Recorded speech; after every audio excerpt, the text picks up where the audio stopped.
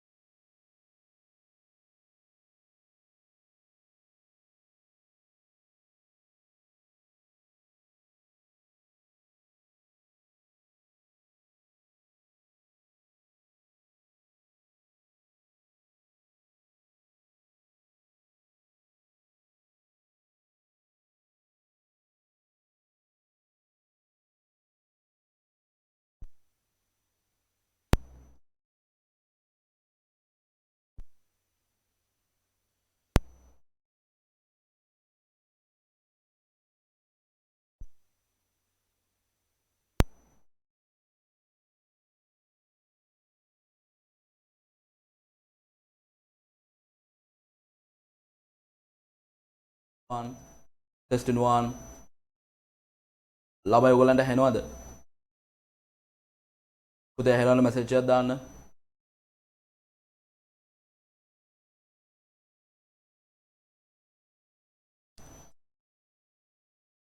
මේ කන්ට්‍රෝල් පුළුවන්.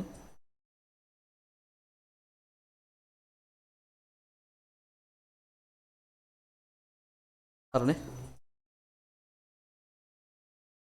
එහෙනම් වැඩේ පටන් ගන්නවා.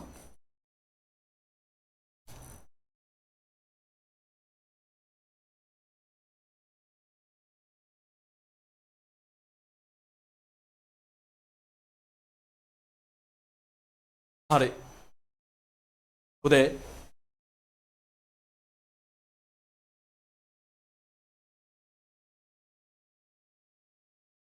සුබ උදෑසනක් සියලුම දරුවන්ට A9 සමාජ මෙහෙවරේ IT වෙනුවෙන් දිගහැරෙන ආරම්භක දිනයට ඔබ සෑම දෙනාම තාමත් ආදරයෙන් පිළිගන්නවා. හරි. එතකොට මෙතනදී අපි අද දවසේ ICT සම්මන්ත්‍රණය අපි මෙහෙම ආරම්භ කරනවා. අද දවසේදී පළවෙනි ඒකකයේ ඔබට තියෙන විශේෂිත අවස්ථා ටික පුතේ අපි අද සාකච්ඡා කරමු. එතකොට පළවෙනි ඒකකයේ තියෙන විශේෂ අවස්ථා ටික කියන්නේ දරුවෝ ටිකක් ආයාසයක් අරගෙන මතක තියාගන්න ඕන කොටස් ටික අපි කොහොමද පාඩම් කිරීමේ ක්‍රමයකට ඕගොල්ලන් වෙත ගෙන එන්නේ කියලාත් අපි බලමු. එතකොට අද අපි ආරම්භයේට සිංහල මාධ්‍ය විතරයි තියෙන්නේ. හැබැයි ඉංග්‍රීසි මීඩියම් දරුවොත් ඉන්න. මොකද හේතුව ඉංග්‍රීසි මීඩියම් නෝට් එක අපි අද ලබා දෙනවා. අපේ බහුතර ශිෂ්‍ය ප්‍රමාණයක් සම්බන්ධ අපි අද සිංහල මාධ්‍ය සම්මන්ත්‍රණය පවත්වාගෙන යනවා. හැබැයි අපි ඉස්සරහට සිංහල සහ ඉංග්‍රීසි යන මාධ්‍ය දෙකෙන්ම සම්මන්ත්‍රණ මාලාව පවත්වාගෙන යාමට සියලු කටයුතු ගණන් කරනවා. හරි. ගෲප් එකට ලින්ක් එක දාන්නම්. එහෙනම් අපි ආරම්භ කරමු.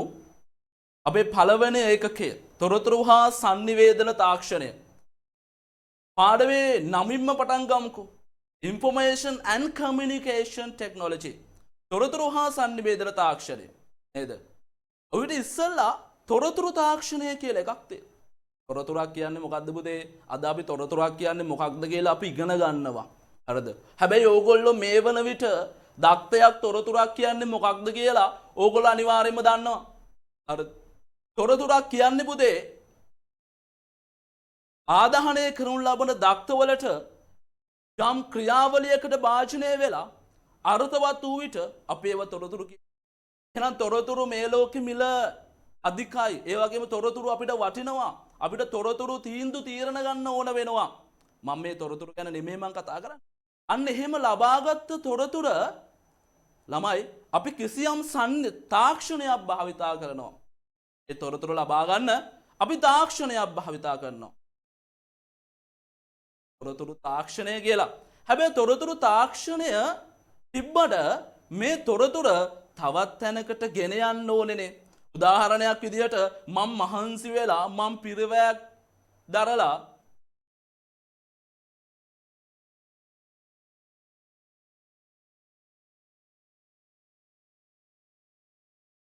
මම ලබාගත් තොරතුර මට අවශ්‍ය විදිහට සංනිවේදනය වුනේ නැත්නම් ඒක වැඩක් ගන්න පුළුවන් විදිහට තව තැනකට සම්ප්‍රේෂණය වුනේ නැත්නම් අන්න එතන මම මහන්සි වෙලා පිරවැයක් දරලා ලබාගත් තොරතුර මට හැමදාම ගෙදරින් ගෙදරකට ගිහිල්ලා කියන්න පුළුවන් ද තට්ටු කරලා පුතේ මේ මම ගත්ත තොරතුර ඕගොල්ලෝ ගන්න කියලා. හරිද? තොරතුරක් අපි නිර්මාණය කරන්නේ ඒක යම් පරමාර්ථයක් මත. ඊට පස්සේ මේ තොරතුර අපිට අවශ්‍ය වෙලාවට අපිට වටිනාකමක් දැනෙන විදිහට අවශ්‍ය කාලීන වෙන විදිහට මේ අපිට පුතේ සම්ප්‍රේෂණය ඕනේ. මේකට අපිට sannivedanaya ඕනේ. sannivedanaya ඕනේ. අන්න ඒක අපි කියනවා තොරතුරු හා sannivedana තාක්ෂණය කියලා. Information and communication technology විදියට. පැහැදිලිද? එහෙනම් අපි ඔය ආරම්භයත් එක්ක අපි පටන් ගමු. පළවෙනි එක data and informations. දත්ත සහ තොරතුරු. හරි. එහෙනම් පුතේ නිකන් සම්බන්ධ වෙන්න එපා. කොලයක් පෑනක් අරගෙන නෝට් එකක් ලියා ගන්න. ඉංග්‍රීසි මාධ්‍ය දරුවන්ට මේක ඉංග්‍රීසි මාධ්‍ය සටහන අපි ලබා දෙන්නම් PDF එකක් විදියට ගොනුව ඔයගලන්ට එකට. හරිද? එහෙනම් පුතේ අපි පළවෙනි මාතෘකාව ලියා ගමු. data and informations. දත්ත සහ තොරතුරු කියලා. දත්ත සහ තොරතුරු කියලා. එහෙනම් අපි පළවෙනියටම දත්තයක් කියන්නේ මොකක්ද කියලා ඉගෙන ගමු. දත්තයක් කියන්නේ වෙන් වශයෙන් ගත්තාම වෙන් වශයෙන් ගත් කල අර්ථයක් දීමට නොහැකි අංක වචන සහ සලකුණු යනාදිය අපිට දත්ත වෙන් වශයෙන් ගත් කල අර්ථයක් දීමට නොහැකි වන වචන සලකුණු යන ආදිය අපිට දත්ත ලෙස ගන්න පුළුවන්. වගේම ඕක මතක තියාගන්න බැරි නම් නේද? එහෙනම් පුතේ ඕක මතක තියාගන්න බැරි නම් දක්තවල පුතේ සැකසීමකුත් නැහැ. සකස් වූ නිසා ඒකට අර්ථයකුත්. සරල නිර්වචනයක් දෙන්න. අර්ථාන්විත නොවූ සහ සකස් නොකළ දෑ දක්ත නම් මේ අර්ථාන්විත නොවූ සහ සකස් නොකළ දෑ දක්ත නම්. අර්ථාන්විත නොවූ සකස් නොකළ. හරි.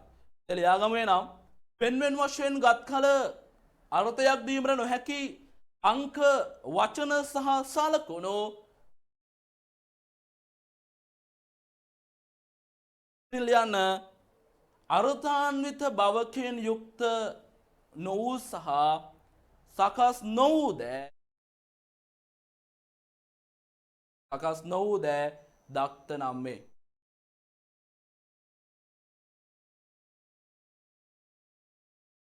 වෙන් වශයෙන් ගත් කල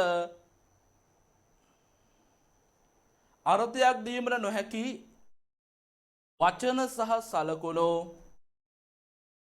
දක්ත ලෙස හැදින්වේ. දක්ත ලෙස හැදින්වේ. හරි. හරි පුතේ ඉන්න මම බලන්නම්.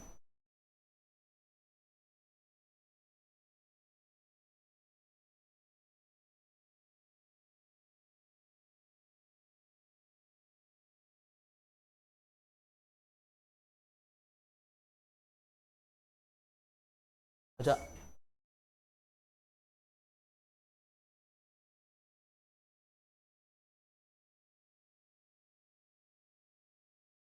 හරි. පුතේ ඔයගලන්ගේ data connection අවුලක් නිසා අපි group වලට නැවතත් දාන link එක data connection ප්‍රශ්න නිසා සමහර පොද වෙලා පේනම ඇති. හරිද? පොඩ්ඩක් connection එක පිළිබඳ සැලකිලිමත් වෙන්න. හරි. ඊට පස්සේ අපිට මේ දත්තයක් තියෙන්න පුළුවන් ආකාර මොන වගේද? දත්තයක් පවතින්න පුළුවන් ආකාර මොන වගේද? මොකද්ද පුතේ දක්තයක් තියෙන්න පුළුවන් ආකාර? දක්තයක් අක්ෂර වලින් තියෙනවා. දක්තයක් අක්ෂරයකින් තියෙන්න පුළුවන්. දක්තයක් සංඛ්‍යාවකින් තියෙන්න පුළුවන්. දක්තයක් රූපකයක් ආධාරයෙන් තියෙන්න පුළුවන්. ඒ වගේම ශබ්දයක් ආකාරයෙන්, ඒ වගේම හැඩතලයක් ආකාරයෙන්. අක්ෂරයකින් සංඛ්‍යාවක් ලෙස, රූපයක් ලෙස, ශබ්දයක් ලෙස, හැඩතලයක්. ලියන්න පුතේ මාතෘකාවක්. දක්තයක් පැවතිය හැකි ආකාර. දක්තයක් පැවතිය හැකි ආකාර. දක්තයක් පැවතිය හැකි ආකාර. එක අක්ෂර වලින්, අක්ෂර සංඛ්‍යාවක් ලෙස, සංඛ්‍යාවක් ලෙස, අක්ෂර වලින් සංඛ්‍යාවක් ලෙස, රූපයක් ලෙස, රූපයක් ලෙස, ශබ්දයක් ලෙස, ශබ්දයක් ලෙස, ශබ්දයක් ලෙස, ඒ වගේම පුතේ හැඩතලයක් ලෙස. මං කිව්ව පුතාලාට සටහන් කරගන්න බැරි වුණු දරුවන්ට පස්සේ අපි මේකේ PDF ආකෘතිය. හරිද පුතේ? දක්තය පවතින්න පුළුවන් අක්ෂර වලින්, සංඛ්‍යාවක් විදිහට, රූපයක් විදිහට, ශබ්දයක් විදිහට, ඒ වගේම හැඩතලයක් විදිහට. හරි. එසේ පවතිය හැකි දක්ත ආකාර අපි කොටස් දෙකකට බෙදනවා. කොටස් දෙකකට බෙදනවා. මොකද්ද? දක්ත ප්‍රධාන කොටස් දෙකකට බෙදන්න පුළුවන්. ප්‍රාමාණික දක්ත නැත්නම් ප්‍රමාණාත්මක දක්ත සහ ගුණාත්මක දක්ත විදිහට. ප්‍රමාණාත්මක දක්ත සහ ගුණාත්මක දක්ත විදිහට. අද පුතේ ප්‍රමාණාත්මක දක්තයක්. ප්‍රමාණාත්මක දක්තයක් කියන්නේ මොනවද? යම්කිසි දක්තයක් ප්‍රමාණාත්මකව අපිට කියන්න පුළුවන් නම්, යම්කිසි දක්තයක් ප්‍රමාණාත්මකව අපිට කියන්න පුළුවන් නම් අපි ඒකට කියනවා ප්‍රාමාණික. උදාහරණ මොනවද? ඓක්‍යයක්, ස්කන්ධයක් නේද? ඒ වගේම දිනයක්, වෙලාවක් අපිට මෙන්න මේ දේවල් ප්‍රමාණාත්මකව කියන්න පුළුවන්. අපි ඒවට ප්‍රමාණාත්මක දක්ත. ඒ වගේම දෙයක් කොත් එහෙම අපිට ප්‍රමාණයෙන් කියන්න බැරි වෙන දෙයක්, ඒ ප්‍රමාණයෙන් කියන්න බැරි වෙන දෙයකට අපි කියනවා ගුණාත්මක දක්ත. ගුණාත්මක දක්තද ළමයි? ගුණාත්මක දක්ත. ගුණාත්මක දක්ත. එතකොට ගුණාත්මක දක්තයන් යනු ප්‍රමාණාත්මකව ප්‍රකාශ කළ නොහැකි දෑ, ප්‍රමාණාත්මකව ප්‍රකාශ කළ නොහැකි දෑ ගුණාත්මක දක්ත වේ. ප්‍රමාණාත්මකව ප්‍රකාශ කළ හැකි නොහැකි දෑ ගුණාත්මක දක්ත වේ. එහෙනම් පුතේ අපි ලියමු දක්ත කොටස් දෙකකට බෙදන්න. ඒ අටින්ම ප්‍රමාණාත්මක එක ලියමු, ඒ අටින්ම ගුණාත්මක එක. යන ප්‍රමාණාත්මක දක්ත.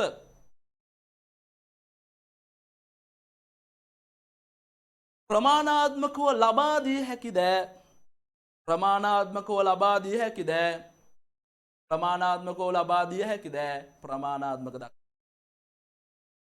උදාහරණයක්, ඡන්දයක්, අයිතියක්. ප්‍රාමාණික දක්ත. ප්‍රමාණාත්මකව ප්‍රකාශ කළ නොහැකි දෑ ගුණාත්මක පැත්තේ ලියමු. ප්‍රමාණාත්මකව ප්‍රකාශ කළ නොහැකි දෑ, ප්‍රමාණාත්මකව ප්‍රකාශ කළ නොහැකි දෑ ගුණාත්මක දක්ත වේ. ගුණාත්මක දක්ත වේ. යමක හැඩයක්, පාඨක්, සෞඛ්‍ය තත්ත්වයක්. ප්‍රමාණාත්මක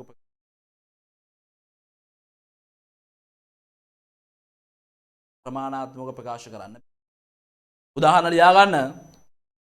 හැඩයක්, යමක හැඩයක්, පාඨක්, සෞඛ්‍ය තත්ත්වයන් අනාදිය අපිට ප්‍රමාණාත්මකව ප්‍රකාශ කරන්න. හරිද? පැහැදිලිද? එහෙනම් අපි ඊළඟට යමු පුතේ දක්තවල ලක්ෂණ. හරිද? දක්තවල ලක්ෂණ. ඕගොල්ලෝ දන්නවා මේ දක්ත ටික අපිට අවශ්‍ය වෙන්නේ මේවා ටික එක්රැස් කරලා අපි ක්‍රියාවලියකට භාජනය කරලා අපි එකෙන් එහෙනම් තොරතුරු ලබා ගන්නවා නම්, තොරතුරු ලබා ගන්න නම් දක්තයන් එහෙනම් කිහිපයක් පැවතින්න ඕනේ නම් අපිට දක්ත රැස් කර, කබඩා කර ගැනීම කරන්න වෙනවා. රැස්කර ගබඩා කර තබා ගැනීමේ හැකියාව දක්තවලට අවශ්‍යයි. රැස්කර ගබඩා කර තබා ගැනීමේ හැකියාව දක්තවලට අවශ්‍ය වෙනවා. එහෙනම් දක්තවල ලක්ෂණ යටතේ දක්තවල ලක්ෂණ යටතේ දක්ත රැස්කර තබා ගැනීමේ හැකියාව පැවතින්න ඕනේ. දක්ත රැස්කර තබා ගැනීමේ හැකියාව දක්ත රැස්කර තබා ගැනීමේ හැකියාව දක්ත රැස්කර තබා ගැනීමේ එක් ස්ථානයක තවත් ස්ථානයකට ගෙන යාම එක් ස්ථානයක සිට තවත් ස්ථානයකට ගෙන යාම. දැන් මෙතන තිබ්බ දෙයක් තව තැනකට ගෙනෙනවා නම් අපි ඒකට කියනවා සම්ප්‍රේෂණයක් කියලා. සම්ප්‍රේෂණයක්. අපි කියනවා ට්‍රාන්ස්මිෂන්ස්. අර සම්ප්‍රේෂණයක්. එහෙනම් අපි ඒකට ලියන්නේ එක් ස්ථානයක එක ස්ථානයකින් තවත් ස්ථානයකට ගෙන ඒම වරහන් තුළ සම්ප්‍රේෂණය. වරහන් තුළ සම්ප්‍රේෂණය. වරහන් තුළ සම්ප්‍රේෂණය. තව එකක් ලියන්න. දක්තවල ප්‍රධානම දේ නැති වුණොත් එහෙම ඒක දක්තයක් වෙන්නේ නැහැ නේ පුතේ. දක්ත සැකසීමේ හැකියාව තිබෙන්න ඕනේ. එහෙනම් සැකසීමේ හැකියාව පැවතී. සැකසීමේ හැකියාව සැකසීමේ හැකියාව පැවතීම. සැකසීමේ හැකියාව පැවතීම. සැකසීමේ හැකියාව පැවතීම. හරි. අපි යමු ඊළඟ කොටසට. හරි. ලේලි ඉවර නම් පුතේ අපි බලමු අපිට පණිවිඩයක් ලබා දෙන්න. හරිද? හරිද? හරි. හරි. හොඳයි.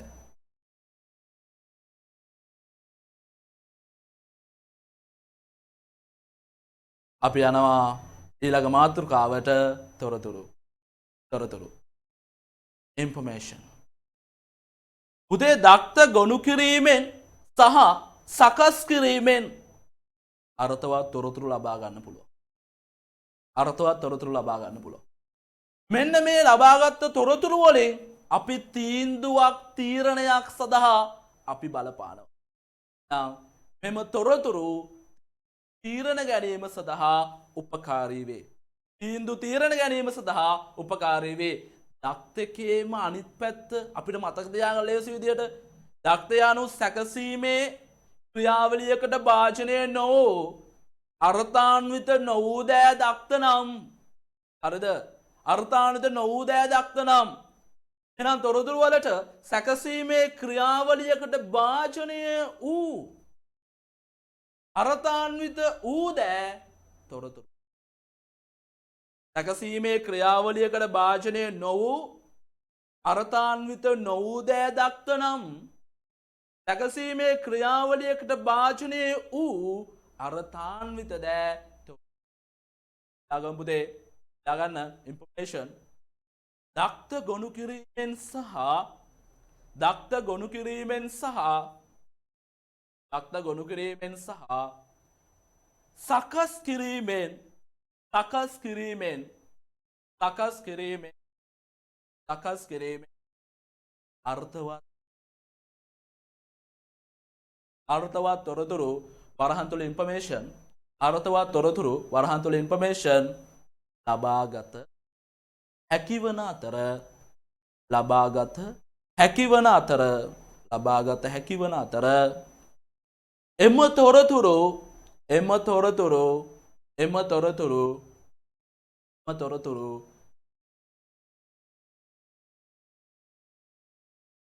තීන්දුව තීරණ ගැනීම සඳහා තීන්දුව තීරණ ගැනීම සඳහා තීන්දුව තීරණ ගැනීම සඳහා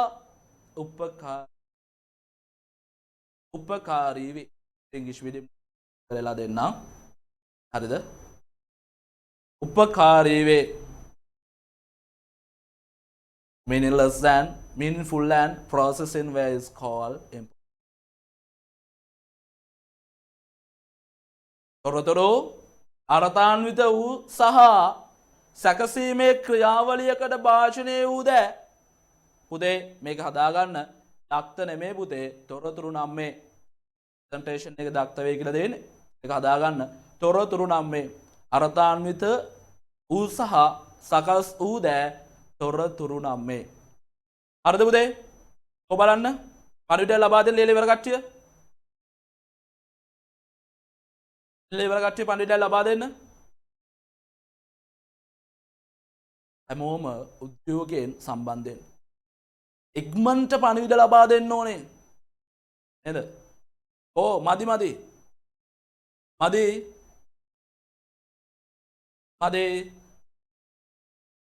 ඔය ඉක්මනට යන්න, ඉක්මනට කරන්න. හරි හොඳයි. එහෙනම් අපි බලමු තොරතුරු වල ලක්ෂණ. ආයෙන්න පුතේ දක්ත පැත්තට. දක්ත කියන්නේ අර්ථයක් නැති සකස් නොකළ දෑ. හැබැයි අපිට දක්ත අවශ්‍ය වෙනවා. කිහිපයක් අවශ්‍ය වෙනවා සැකසීමකට භාජනය කරන්න. සංඛ්‍යා කිහිපයක් අවශ්‍යයි නේ අපිට කරන්න. නේද? ඉලක්කම් කිහිපයක් හරි සංඛ්‍යා කිහිපයක් හරි අවශ්‍යයි අපිට එකතු කරන්න. නේද? යම් ගණිතමය ක්‍රියාවලියකට භාජනය කරන්න. හරිද?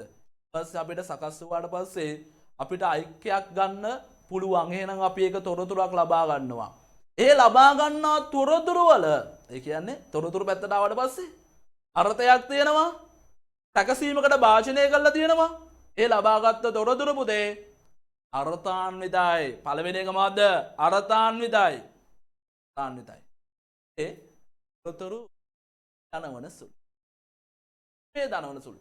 දැන් සාමාන්‍ය පෙළ කරන දරුවෙක් නේද? දැන් ජනවාරි ලං වෙලා පහකට කලින් නින්දක ඉන්නකොට හීනයක් දකිනවා. ඊතරට රිසල් සීට් එකක් නැත්තම් ප්‍රතිඵල නිකුත් වෙලා ඒ 9යි ඒවම 9ක් පචේ දැන් කියන සන්තෝෂෙට දාඩිය දාලා දැන් මෙයා හීනෙන් බලනවා කොහොමද අම්මා අප්පච්චි ඒකට රියැක්ට් කරන්නේ, කොහොමද ඒකට යාළුවෝ රියැක්ට් කරන්නේ. දකින්නේ මේ අවදි වෙනකම් අවදි වුන්නේ හරිද? මෙයා අවදි වුණාට පස්සේ තමයි දකින්නේ හරිද? කොහොමද යාළුවෝ මෙයාට ඒකට ප්‍රතිචාර දක්වන්නේ? එද අවුරුද්දානම් මහන්සිලා උගන්න පුරුන්ගේ සන්තෝෂය. හැදලේද?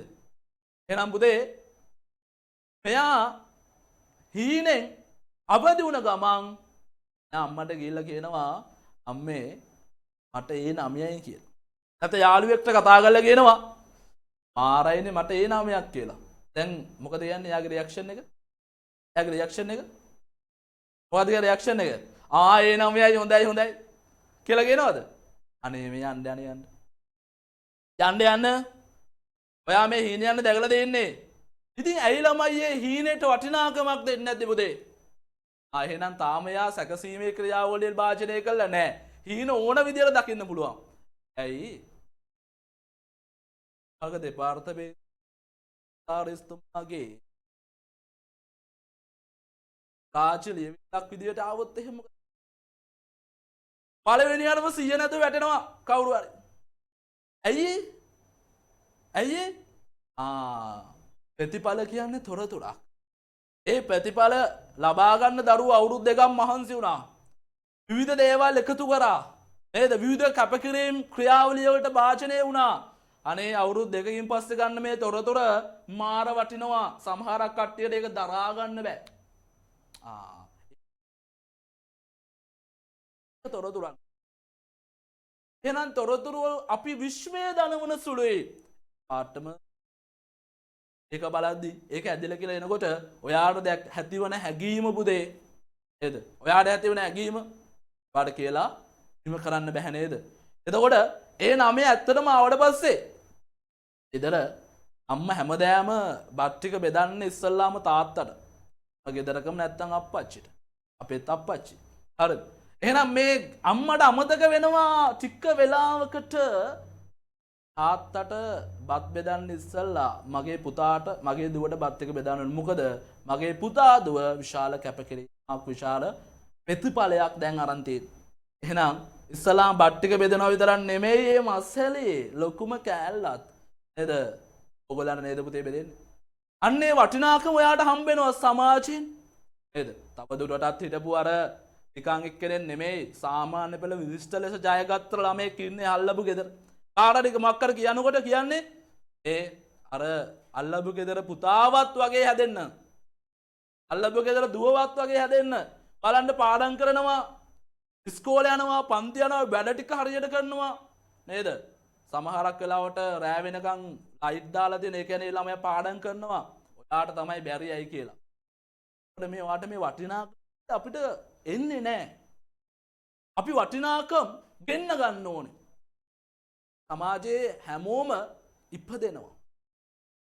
එතකොට ඉපදිලා සමහරක් දරුවෝ ඉහළම තලයට යද්දී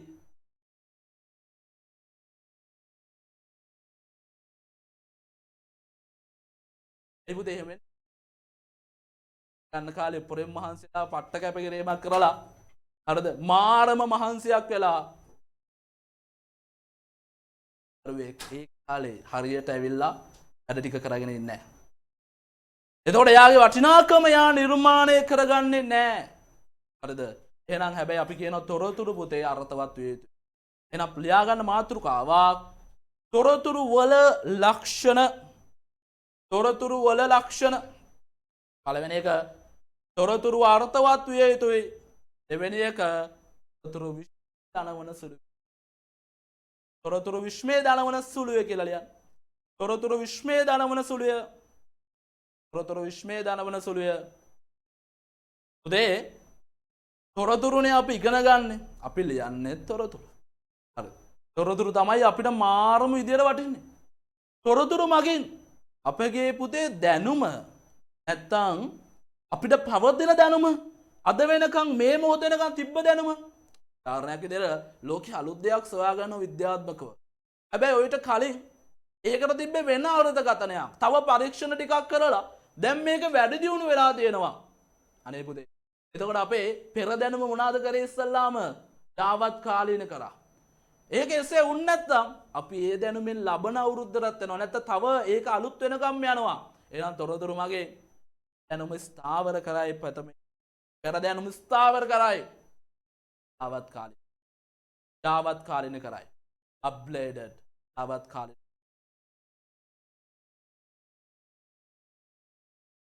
යාවත් කාලීන කරයි. යාවත් කාලීන. දාගන්න තොරතුරු මගින් පෙර දැනුම ස්ථාවර කරයි.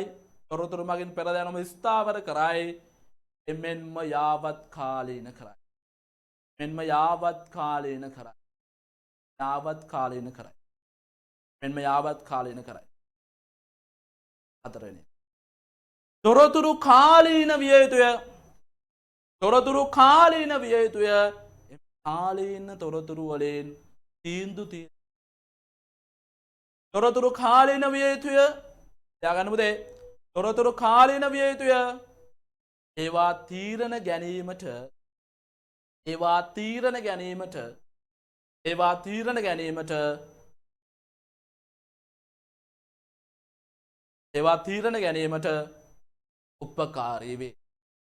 පන්තිය 10 වගේම 11 යන දෙකටම තාමත් වැදගත්. මම ඔයාලට කිව්වනේ පළවෙනි ඒකකයේ තියෙන විශේෂිතම කොටස් කිහිපයක් තමයි අද කරන්නේ. හරිද? ඒතර ඔයා තව චුට්ටක් ඉස්සරහට යද්දි ඔයාලට තේරෙයි ඔයා පළවෙනි පාඩමේ පරිගණක ඉතිහාසය මතක තියාගන්න මාර පරීක්ෂමයක් මාර වෙහෙසක් තරන්නේ නැති. තාමත් ඔයාට මෙතන ඉන්න කෙනෙක්ට කියන්න පුළුවන්ද පරිගණක ඉතිහාසයේ කාලවකවානුව අනුව භාවිතා කරපු තාක්ෂණය නේද නිර්මාණය වුණු පද්ධති හැම පරම්පරාවකම ලක්ෂණ ටේබල් එක ගානේ ටේබල් 5ක් තියෙනවා පරම්පරා 5ක. එතන කියන්න පුළුවන් කෙනෙක් ඉන්නවා නම් පුතේ අපිට පණිවිඩයක් දෙන්න. අපිට පණිවිඩයක් දෙන්න. කියන්න පුළුවන් කෙනෙක් ඉන්න.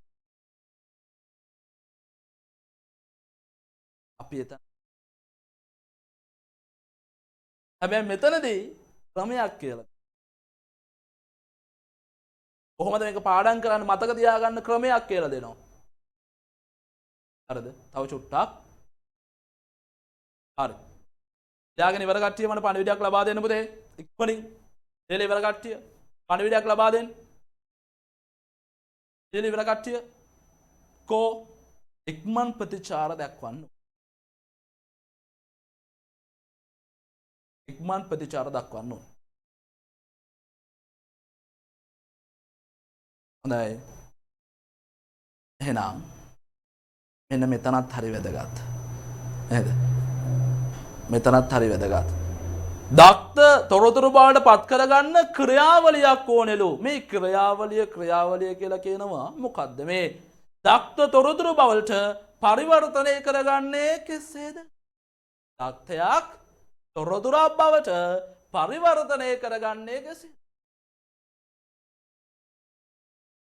දක්ත තොරතුරු බවට පරිවර්තනය කිරීමේ නැත්නම් පත් කිරීමේ ක්‍රියාවලිය දක්තයක් දක්ත සැකසීමේ ක්‍රියාවලිය විදියට දක්ත තොරතුරු බවට පත් කිරීමේ ක්‍රියාවලියට අපි කියනවා දක්ත සැකසීමේ ක්‍රියාවලිය කියලා. කියන්න පුතේ දන්නේ නේද?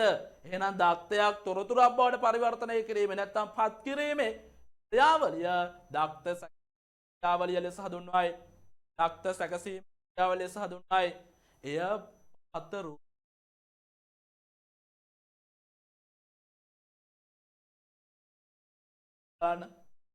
හරිද? තියෙනවා ඕගොල්ලෝ හැමදාම පොඩි කාලේ ඉඳන් දන්න දෙයක්. නේද? පරිගණකයේ මූලිකම ක්‍රියාවලියක් වෙන්න. ආදාහණය, සැකසීම, ප්‍රතිදානය. ආදාහණය, සැකසීම, ප්‍රතිදානය. ආදාහණය කරන්නේ දක්ත. දැන් අපිට උඩ ක්‍රියාවලිය නෙමෙයි අපිට වැදගත්. ඒක ඔයා දන්නවා. මෙන්න මේ යට ක්‍රියාවලිය. දක්ත තොරතුරු බවට පත් කිරීමේ ක්‍රියාවලියනේ. හරිද? පැහැදිලිද? එහෙනම් ආදාහණය කරන්නේ දක්ත. ඔන්න එහෙනම් ආයෙ ඔළුවට යන්න ඕනේ. දක්ත කියන්නේ මොකද්ද? සකස් නොවූ අර්ධාන්විත නොවූ දෑ. සකස් නොවූ අර්ධාන්විත නොවූ දෑ. හරිද? ඊට පස්සේ සැකසීමකට આવුත් දෙම. ඒක පුතේ මෙතන අර්ථාන්විත සැකසීමක්. අර්ථාන්විත සැකසීමක්.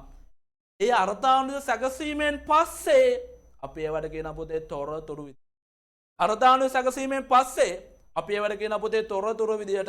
ඔන්න එහෙනම් අපේ ලියාගමු පුතේ පළවෙනි ක්‍රියාවලිය ආදාහණය ඊතලයක් දාලා ලියා ගන්න ඕන නම් සැකසීම ප්‍රතිදානය. ආදාහණය, සැකසීම, ප්‍රතිදානය. එහෙනම් ඊට යටින් තියෙන උපක්‍රියාවලියක් තියෙනවා. ආදාහණය කරන්නේ දක්ත. ආදාහණය කරන්නේ දක්ත. හරිද? ඇදලේද? ආදාහණය කරන්න දක්ත. එහෙනම් එතන දක්ත කියලා ලියලා දෙනවා. ඊට පස්සේ ඒ දක්ත අර්ථාන්විත ක්‍රියාවලියකට භාෂණය කරන්න. අර්ථාන්විත ක්‍රියාවලියට භාෂණය කරන්න. අර්ථාන්විත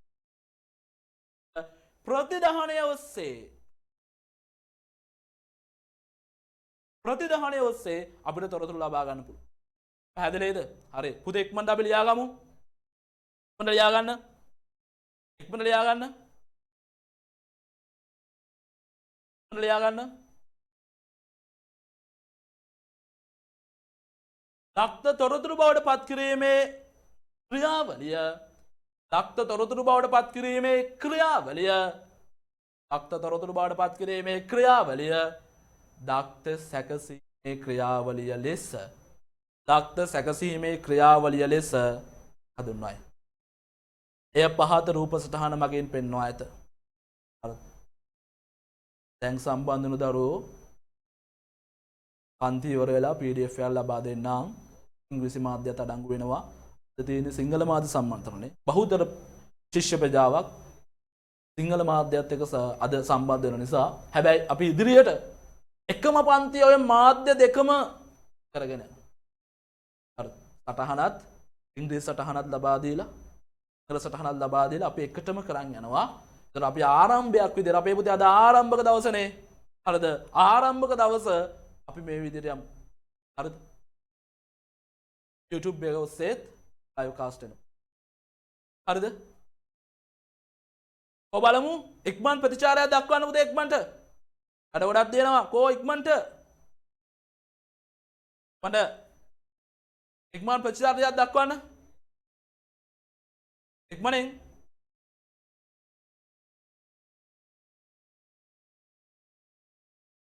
තම එහෙනම් මේ තොරතුරු වල ඇති අර්ථාන්විත බව පිළිබඳව ඔයාට දැන් කියන්න ඕනේ නෑනේ. ඔයා දැන් දන්නවනේ ඉගෙන ගත්තනේ අපි මෙච්චර වෙලා නේද? ඒ අර්ථාන්විත තොරතුරු අපිට මේ හැම දෙයකටම භාෂණය කරනවනේ. තීන්දුවක් තීරණයක් ගන්නත් නේද? යමක් ස්ථාවර කරගන්නත්, තව යමක් දැනගන්නත්, sannivedanaya කරන්නත්. හරිද? හරිද? එහෙනම් තොරතුරු වල ඇති අර්ථාන්විත බව පිළිබඳව ඔබ දැනටමත් අසා ඇත. නමුත් ඒවා ඒ තත්වය පදපු දෙමේ තත්වය කියන්නේ ස්ටේට් එක දැන් ඔයගොල්ලෝ දන්න නේද? එක්කෙනාගේ තත්වය වැඩිනේ. වෛද්‍යව, ඉංජිනේරු. අයගොල්ලන්ට යම් යම් තත්ත්ව දෙනවා. හරිද? අයින් යන්නේ නැහැ. වගේ පොඩි තත්ත්වයන් තියෙනවනේ. හරිද? මේ තොරතුරු වල තත්වය මොන විදිහට කියන්නද? අඩු කිරීමට නෙමෙයි, තොරතුරු තත්ත්වය වැඩි දියුණු කිරීමට. තොරතුරු වල තත්ත්වය වැඩි දියුණු කිරීමට බලපාන සාධක කීපයක්. මේ දාලා තියෙන සාධක මගින් මෙන්න මේ සාධක මගින් තොරතුරු වල තත්ත්වය වැඩි දියුණු කරනවා.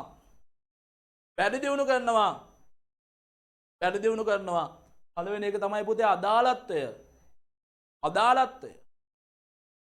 පළවෙනි එක අදාළත්වය. දෙවෙනි එක පුතේ පූර්ණ බව. දෙවෙනි එක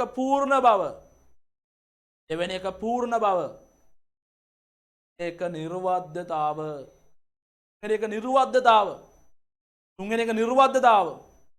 හතරවෙනි එක පැහැදිලි බව. පස්වෙනි එක කාල සීමාවන්. අන්තිම එක sannivedanayට යොදා ගැනීම. කීපයක් දීලා දෙනවා පුතේ. ඒ තොරතුර දැන් අපි තොරතුරු අදාළත්වය ගැන කතා කරොත් යම් පිරිසකට ඒ තොරතුරක් විශාල වශයෙන් අදාළ වෙනවා. තව කෙනෙක්ට ඒ තොරතුර විශාල වශයෙන් අදාළත්වයක් නැති නිසා ඒකේ වටිනාකමක් සමහරක් වෙනවා. හරි. මෙන්න මෙහෙම හිතමු. ඔයා පාසල් යන දරුවෙක්. ඔයා උදේට පාසල යන්න ගෙදරින් එළියට එනකොටම අල්ලපු ගෙදර කවුද? සෑම් අංකල් ජොගින් යන්න පාරට එනවා. දැන් ඔයාට මේ අල්ලපු ගෙදර සෑම් අංකල් හම්බෙනවා. හරිද? පැහැදිලිද? ඊට සානවා කිඩ්ස් නේද? කොහොමද දරුවෝ? හරිද? සුබ දැසනක් මම මේ ජොගින් යන්නේ ව්‍යායාමයට. ඔයා පාසල් යනවනේ. එහෙනම් සෑම් අංකල් කියන පුතා ඔයා දන්නේ නැහැනේ පුතා මේ කොටස් වලද පොලේ මෙන්න මේ වගේ තත්ත්වයන් අද තියෙන්නේ. නේද? අලදේශ නිෂ්පාදනය සේවා වියුක්ත වෙන ඔය වගේ මෙයා ව්‍යාපාරික අදහස් වලින් විශාල දෙයක් ඔයාට කියනවා. එයා දන්නවද දරුවෝ ඒවා? අද විකුණුණු මිල මට මෙච්චර ලාභයක් තියෙනවා. හරිද? ඇදිලිද? මෙන්න මේ කතන්දරයක් තියෙනවා. ඉතින් පුතේ එයා දෙන්න තොරතුරන්නේ. එයාගේ ලාභය නිකන් ආවේ නෑනේ. හරිද? හැබැයි ඔයාට ඒක තේරෙනවද? එයාට තේරෙන්නේ නෑ. ඔයාට තේරුම් ගන්න ඕනෙත් නෑ. අන්න එන ඒ තොරතුරු ඔයාට අදාළත්වයක් නෑ නේද? ඔයා ඊට පස්සේ කියනවා සෑම් අංකල් සෑම් ඔයා දන්නේ නෑනේ මම මේ පාර පන්තියේ පළවෙනියා. වැඩිම ලකුණු. සෑම් අංකල්ට ඒක වැඩක් තියෙනවද? ඒක ඔයාගේ පාර්ශවයේ න යම් පාර්ශවයකට තොරතුරු අදාළත්ව වෙනකොට ඒකේ වටිනා වැඩි. ඒ වගේම අදාළත්වයක් නොවන කට්ටියක් තේන්න පුළුවන්. අපි ඊට පස්සේ කතා කරන මාතෘකාව ඔයාට තේරෙයි. හරිද? ඊට පස්සේ පූර්ණ බව. පූර්ණ තොරතුරක තමයි වටිනාකම තියෙන්නේ ප්‍රේම මට්ටමක. ඒ වගේම නිර්වද්‍යතාවය ඔයගොල්ලෝ දන්න වචන කිව්වම වැරදි වෙන්න ඕනේ. ඒ වගේම පැහැදිලි වෙන්න ඕනේ. අනිවා කියන කිසියක් ආගේ අහන් ඉන්න කට්ටියට තේරෙන්නේ නැත්නම් සම්ප්‍රේෂණ ක්‍රියාවලියට ඒ අහන් ඉන්න මේ පැත්තට තේරෙන්නේ නැත්නම් පැහැදිලි තේරෙන විදිහට අපි කරන්න ඕනේ. එහෙනම් පැහැදිලි බව වගේම කාල සීමාව ගැන තමයි අපි ඊට පස්සේ මාතෘකාව කතා කරන්නේ. තොරතුරක වටිනාකම උපරිම වශයෙන් තියෙන්නේ තොරතුරේ වටිනාකම උපරිම වශයෙන් තියෙන්නේ ඒ තොරතුර ජනනය වුණ මොහොතේ. ඒ තොරතුර නිර්මාණය වූ මොහොතේ. ඒ තොරතුර කාලයක් සමගම ගමන් කිරීමේදී ඒ තොරතුර කාලයක් සමගමන් කරේ. මේදී ඒ තොරතුරේ වටිනාකම අඩු වෙනවා පුතේ. නැවතත් දක්ෂයක් බවට පරිවර්තනය වෙන්න. නැවතත් දක්ෂයක් බවට පරිවර්තනය වෙන්නත් පුළුවන්. එහෙනම් තොරතුරකට කාල සීමාව. හරිද? ඇදලේද? කාල සීමාවක් තියෙනවා. ඔව් ජනනි දාලා තියෙනවා මැසේජ් එකක්. ඔව් පුතේ. ඒ වගේම sannivedana යොදා ගන්නවා අප්පච්චි. අපි මෙච්චරත් මහන්සි වෙලා පිරිවැයක් දරලා ලබාගත තොරතුරු මේක ගෙදර තියන් ඉන්නවා නම් උදලා වැඩක් නැහනේ. අපි මේක ලෝකෙට දැනගන්න අදාළ ක්‍රියාවලියකට ගන්න ඕනේ. තීරණයක් తీරනේ ගා ගන්න ඕනේ. එහෙනම් sannivedana යොදා ගැනීම. මං හිතන්නේ පුතේ මාත් එක්ක මොකද ලියලා ඉවරයි නේද? මාත් එක්ක මොකද ලියනවා නේද? නෑ පුතේ අපි පන්ති වෙලාවන් කියන්නම්. අද අපි ස්ටාර්ට් එක මේක අපේ ආරම්භය. අද තමයි පළවෙනි වතාවට මේ A9 සමාජ සත්කාරයේ IT සම්මන්ත්‍රණය ඔබට දිගහැරෙන්නේ. හරිද? එතකොට ඉදිරියට අපි සම්පූර්ණ මේ පිළිබඳ අදහසක් ලබා දෙන්න. තමයි අපි මේක පැය කාමාරකට ආසන්න කාලවකවානුවක් වෙනකම් කරනවා පැය දෙකක් උපරිම. පැය දෙකයි. ඒ පැය කාමාරක වේ කාලයකට අපි නවත්තන්න උත්සාහ කරනවා. අපි මේ කන්ටෙන්ට් එක අපි හිමීට පැහැදිලිව නේද? මේක මහන්සි වෙලා කරන දේ ඕගලන්ට දෙයක් ලබා ගන්න බෑ. උදේ 100%ක් ලබා ගන්න. අර පැත්තේ කොටට යන්නේ නැතුව මෙන්න මේ පැත්තේ කොටට එන්න. අර කරන්නේ නැති උමනාවක් නැති කට්ටිය. මෙතන ඉන්න පුළුවන් ඩේටාත් කපාගෙන නේද? ඔහේ බලාගෙන ඉන්න කට්ටිය. එහෙම නෙමෙයි පුතේ හැමතිස්සෙම තර්කානුකූලව දෙයක් ගන්න. ඇයි මේක දක්තයක් වෙන්නේ? ඇයි මේක තොරතුරක් වෙන්නේ? මේ වගේ මොනවද නැත්තේ? ඇයි මේවා මෙතන තියෙන්න බැරි වුනේ? ඇයි මේක තොරතුරක් වෙන්නේ? ඒක ඔයාට මාන විදියට උපකාරී වේ. මම හැමදාම ළමයිට කියන එකක් තමයි පුතේ ඉගෙන ගත්තට පස්සේ ඔයා නිකන් වෙලාවකට තේ එකක් බිස්කට් එකක් කන ගම ඔයා මේව මතක් කරන්න ඇයි සර් එහෙම කිව්වේ? ඇයි ඒක එහෙම වුනේ? ඇයි මේ ගාන සාධනය මේ? ඇයි මේක මේ විදියට දෙන්න බැරි වුනේ?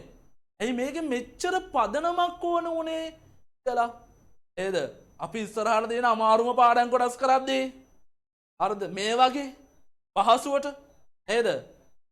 ඊට පස්සේ වාට තේරෙයි ඒව කරලත් කියනවා ඇයි පුතේ මේක මෙහෙම ඇයි සර් පුතේ මෙහෙම ක්‍රමවේදයක් දුන්නේ?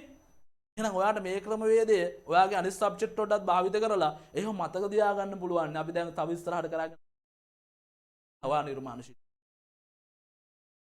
ගුරුවරයා නිර්මාණශීලීව ලබා දෙන්නත් ඕනේ. ඇදලේද? හරිද? එහෙනම් කොබල මේක ලියලා ඉවර කට්ටිය ඉක්මනට අත උස්සගෙන යමු. ඉක්මනට අත උස්සන් යමු. හරිද? ඔයා ගාව තියෙන ලින්ක් එක තව කෙනෙක්ට පුතේ ලබා දෙන්න. එතකොට ඒගොල්ලන්ට සම්බන්ධ වෙන්න පුළුවන්. නැත්නම් YouTube එකෙන් හරි ෂෙයා කරන්න. ඩයි ඇත්ත හොඳටම බලන්න. මේ පැත්ත හොඳටම බලන්න.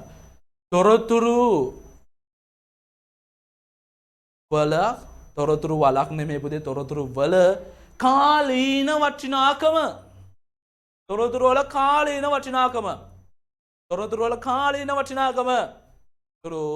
වටිනාකම තීරණය වන්නේ නවීන බව මතය. නවීන බව මත කියන්නේ brand new කියන එකද? එක පැත්තක ගත්තොත් ඒ අදහසත් හරි. අලුතෙන්ම ගෙනාවෝනේ යම්කිසි භාණ්ඩයක් ලැප්ටොප් එකක් අලුතෙන්ම ගෙනාවුන් පස්සේ අපිට ඒක ඇත්තටම මාර වටිනවා නේද? නේද? ෆෝන් එකක් ගත්තම පුළුවන් තරමක් අපි පිහිදලෙම භාවිතා කරන්න. නේද? කොයි අර පුස්තයක්ම දෙ කියන්නේ මේ ටේබල් එකක් උඩ උනත් මෙහෙම තියනකොට හරි පරිස්සමින් දෙයන්නේ මේක හීරෙයිද කියලා. හැබැයි ටික කාලයක් යද්දී ඊට පස්සේ ඒක ඔයා ලක්ෂ ගණනක් ගන්න ෆෝන් එකත් ඔය හැම තැන්වලම දෙනවා. හරිද? මේකෙන් කියන්නේ පුතේ තොරතුරක වටිනාකම උපරිම තලය තියෙන්නේ ඒ තොරතුර ජනනය වූ මොහොතේ. නිර්මාණය කලව. උපරිම වටිනාකමක් තියෙනවා. හැබැයි එම තොරතුරු ලබා ගන්නා මොහොතේදී තමයි ඒක උපරිම වටිනාකමක් තියෙන්නේ. හරිද? ඒ කාලය කියන මේ තොරතුරට එක් වෙනකොට තොරතුරේ වටිනා තොරතුරේ වටිනාකම ටික අඩු වෙලා යනවා. අපි මේ තොරතුරු පාස් හැබැයි වර්ණමය ගෝල්ඩන් රූල් තොරතුරු හා සැබැදි ස්වර්ණමය න්‍යාය the golden rule of information. මෙයින් පවසන්නේ කාලයක් සමගම තොරතුරුවල වටිනාකම කාලය අඩුවන අවස්ථාවේ නැත්තං කාලය ශූන්‍ය වන අවස්ථාවේ තොරතුරක වටිනාකම උපරිම වශයෙන් තියෙනකොට ඒ කාලය වැඩි වෙනකොට එද ටයිම්ලයින් කොට ඒ තොරතුරේ වටිනාකම අඩුවෙලා අඩු වෙනවා. ඒක අපිට පස්ථාරික සටහනක පෙන්වන්න පුළුවන්. පොඩ්ඩක් මේ පැත්ත බලන්න. හරිද? මෙතන තියෙනවා වටිනාකම. බලන්න. මෙන්න මේ වගේ තැනකදී තොරතුරේ වටිනාකම වැඩි. හැබැයි ඒත් එක්කම බලන්න අනිත් ලක්ෂ්‍ය. කාලය කියන එක බලන්න. මෙතනට කාලයේද? ඇයි ඒ වටිනාකම වැඩි වුනේ? කාලය අඩු වෙන අවස්ථාවේ. එනිදි කාලය අඩුයි. තොරතුරේ වටිනාකම වැඩි වෙන්නේ කාලය අඩුයි. හැබැයි මේක කාලයක් සමග ගමන් කරනකොට මෙන්න මේ විදිහට ඒ තොරතුරේ වටිනාකම මොනවා වෙනවද? ඒ තොරතුරේ වටිනාකම අඩු වෙනවා. පුතේ මොකද්ද මේ න්‍යාය? තොරතුරු හා සැබැදි ස්වර්ණමය න්‍යාය. මොකද කියන්නේ? මාක්ට් එකෙන් මට ඇහුන්නේ නැති උනාට කමන්නේ නැහැ. ඔයා අන්මුට් කරලා කතා කරන්න. තොරතුරු හා සැබැදි ස්වර්ණමය න්‍යාය.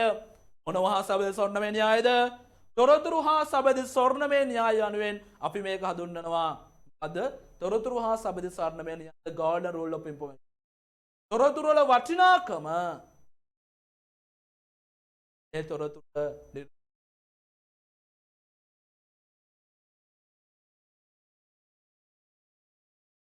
නාකම ඇත්තටම කියන 9 වසර 10 11 කියන තුන. ඔද ඒ ශ්‍රේණි තුනටම මේ තොරතුරු හා සංදේශ තාක්ෂණයෙන් තමයි පටන් ගන්නේ. ආර වැදගත්. හරිද? නේද? ඔයාලා සමහරක් විට ආවරණය වෙලා නැති පැත්තන්නේ නේ. මම දැන් පිළිගන්නවනේ. එහෙනම් මම වාට ඒකනේ කිව්වේ මේක දෙන විශේෂම අවස්ථා ටික. මට අර තොරතුරු හා සංදේශ තාක්ෂණයේ භාවිත කරන ශ්‍රේෂ්ඨ ටික වාට කියන්න ඕනේ නෑනේ පුතේ. ඔයා දන්නවනේ. නේද?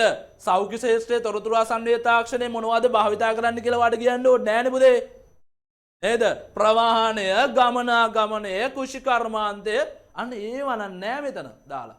මොකද ඒ ඔයාට අමුතු ආයාසයක් දාලා කරගන්න ඕනේ නෑ. ගත්මටික. අදගත්මටික. හරිද? එහෙනම් ලියා ගමු පුතේ අපි. පොඩ ලියා ගන්න පස්තාර ඉස්සරහට අද යන්න. ලියා ගන්න. ලියා ගන්න.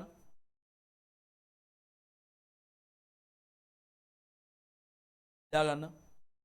තොරතුරු වල කාලීන වටිනාකම මාතෘකාව. තොරතුරු වල කාලීන වටිනාකම. තොරතුරු වල කාලීන වටිනාකම. තොරතුරු වල වටිනාකම තීරණය වන්නේ එහි නවීන බව මත. වරහන් තුල ඕන ලියා ගන්න.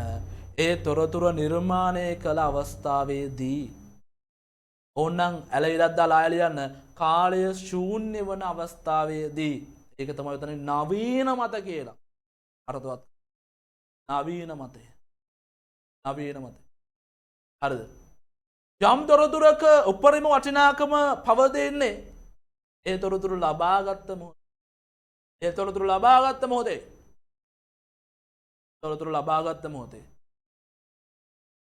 එයා තොරතුරු හා සැබැදි ස්වර්ණමය න්‍යාය යනුවෙන් ස්වර්ණමය න්‍යාය ලෙස තොරතුරු හා සැබැදි ස්වර්ණමය න්‍යාය ලෙස හඳුන්වනවා. තොරතුරු හා සැබැදි ස්වර්ණමය යනුවෙන් හඳුන්වනවා.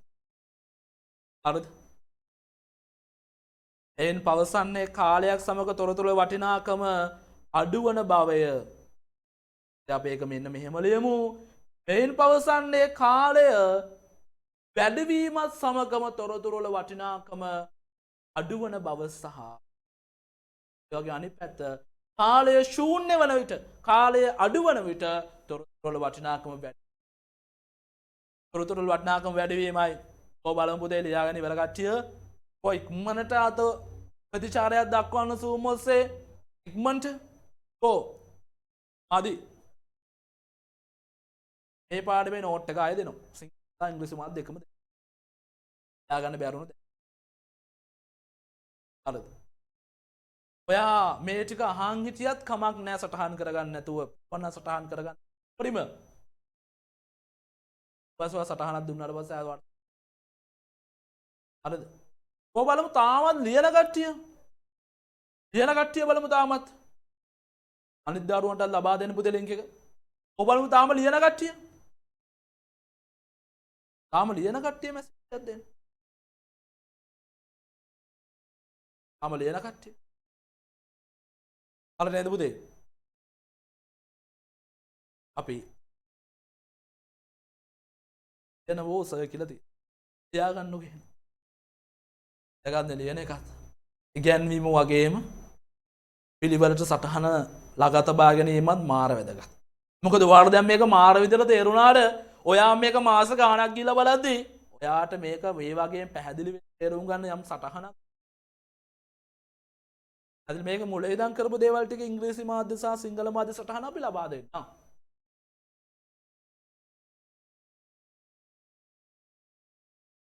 නේද? හරි නේද පුතේ? හරි නේද?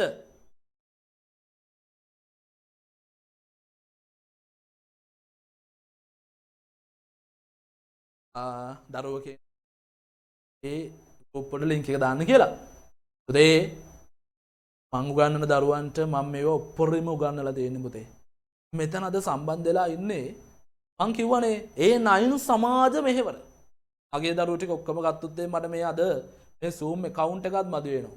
එතකොට ඒ දරුවෝ ඒ වෙලාවේ වෙන කටයුත්තක් කරගන්නවා. ඒකටවත් මම ලින්ක් එක දාලා නැහැ. මෙතන මේ ඔක්කොම ළමයි ටික ඉන්නේ හරිද? බාහිරෙන් මගෙන් ඉගෙනගෙන නැති දරුවෝ ටික. අපි යමක් ඕගොල්ලන්ට දෙන්න. හරිද? ඒ නිසා මෙතන මේ මගේ දරුවෙක් මං හිතා දරුවෝ කිහිප දෙනෙක් ඉන්නවා පිරිසක් ඉන්නවා මෙතන.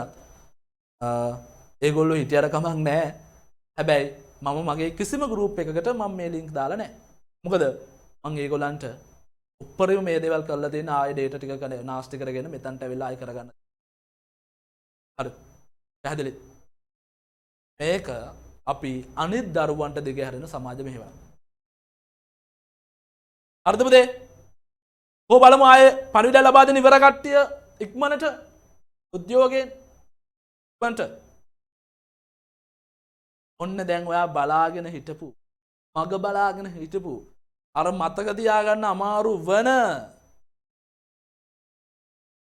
පරිගණකයේ ඉතිහාසය බලමු. නේද? පරිගණකයේ ඉතිහාසය අනේ හැම දෙයකටම ඉතිහාසයක් දෙනකොට අනේ අයිය අනේ අපිට නැත්te ඉතිහාසයක් නෑ දරුවෝ අපිටත් තියෙනවා ඉතිහාසයක්. සාමාන්‍ය පෙළ ආකෘතියේ සාමාන්‍ය පෙළ විෂය නිර්දේශයේදී යුග 5කට බෙදුවට ආසහාර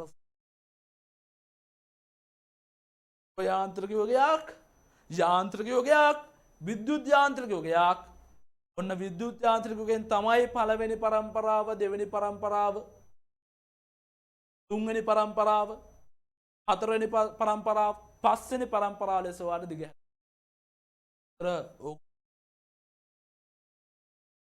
අපි ඒ ටික කොහොමද මේ මතක තියාගන්නේ?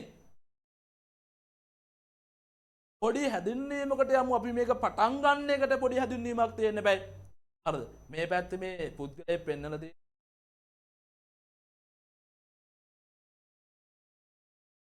හරිද? එහෙනම් අපි මෙන්න මෙහෙම ප්‍රවේශයක් ගමු. ඈත කාලයේනේ නැත්නම් ඈත අතීතයේ මිනිසා ගණනය කිරීම සඳහා අතෙහි පාදෙහි ඇකිලි භාවිතා කරනවා. නමුත් කල්යාමත් සමගම සංඛ්‍යාවලට සංකේත ආදේශ වීමත් සමගම තමන්ට ඊට වඩා පුළුල් පරාසයක වැඩ කිරීමේ හැකියාව ඇති බව ආදිමානවයා තේරුම් හැදිරේද? හරිද? එතකොට ඒ අවශ්‍යතාවයේ මත ලෝකයට සංඛ්‍යා පද්ධති නිර්මාණය වුණා. මුලින්ම ඉන්දු අරාබි සංඛ්‍යා පද්ධතිය රෝම සංඛ්‍යා පද්ධතිය ඊට පස්සේ හින්දු අරාබි සංඛ්‍යා පද්ධතිය. හරිද? මෙන්න මේ වගේ සංඛ්‍යා පද්ධති නිර්මාණය වුණා. සංඛ්‍යා පද්ධති යොදාගෙන හින්දු අරාබි සංඛ්‍යා පද්ධතිය යොදාගෙන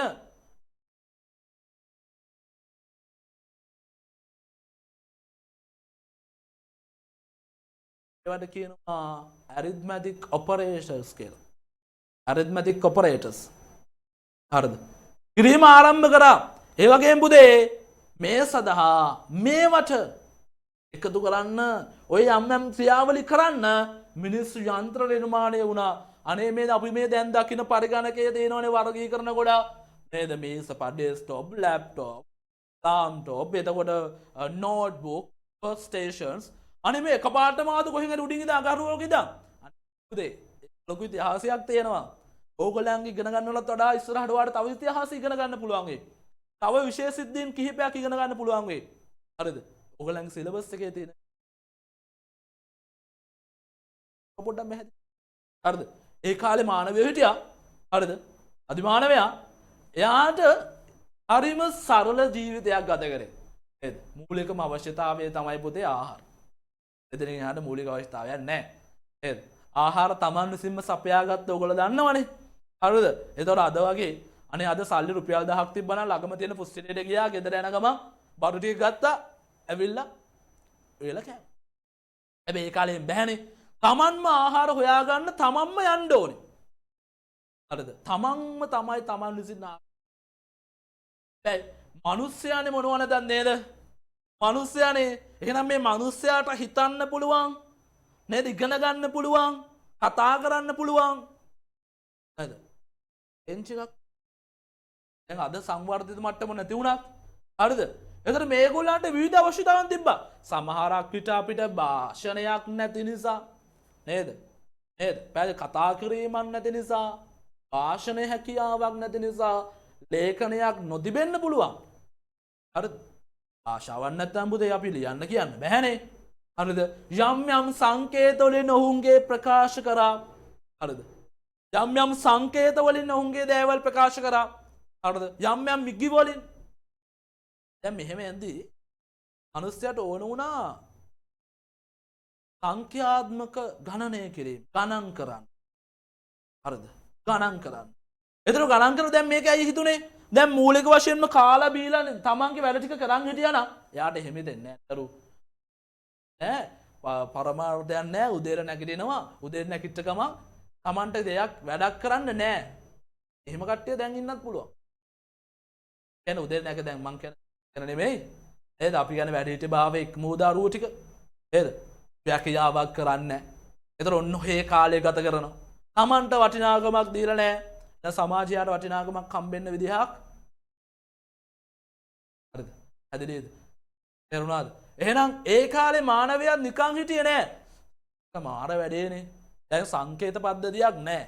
ගණනය කරන්න බෑ සංකේත පද්ධතියක් නැති නිසා. දැන් මෙයා හිතුවා. දැන් මෙයාගේ මේ ඔලු ගෙඩිය තියෙනවනේ මොළ ගෙඩිය වගේ මේ ඔලු ගෙඩියට මොළ ගෙඩියක් තියෙනවා. හරිද? මේ මොළ ගෙඩියෙන් මෙයා හිතනවා. මෙයා හිතලා කියනවා ඒ මාරයිනේ. නේද? මේ මාරයිනේ.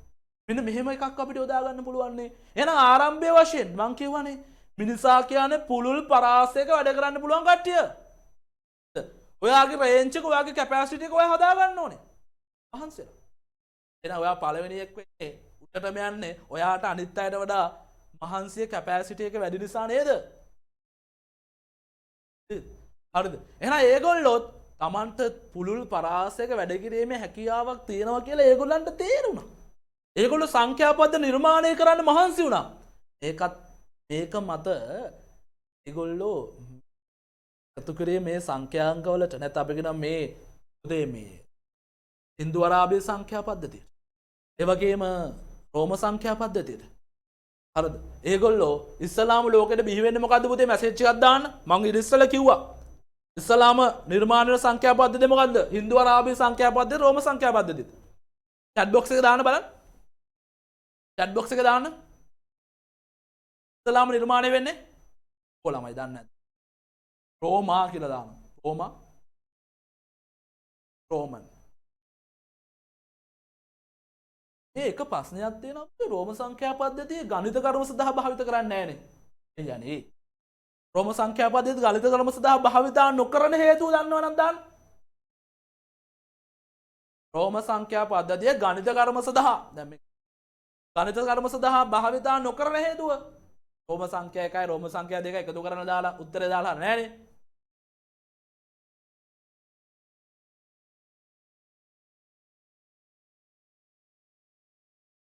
ගණිත කතාව දාගන්න බෑ.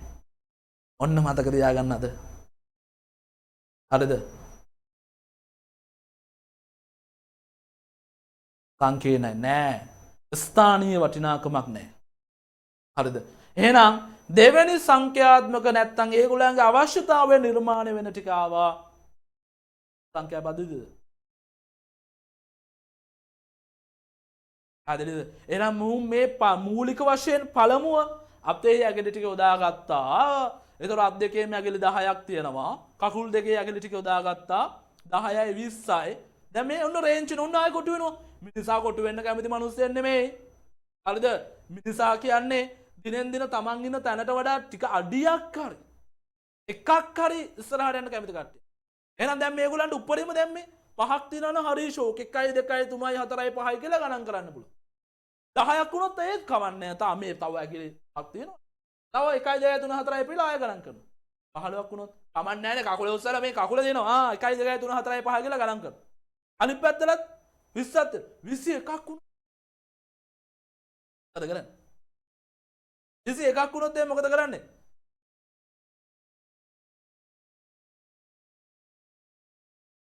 හැබැයි ඔක හැමෝටම අවස්ථාව මොනවද කරන්න පුළුවන්?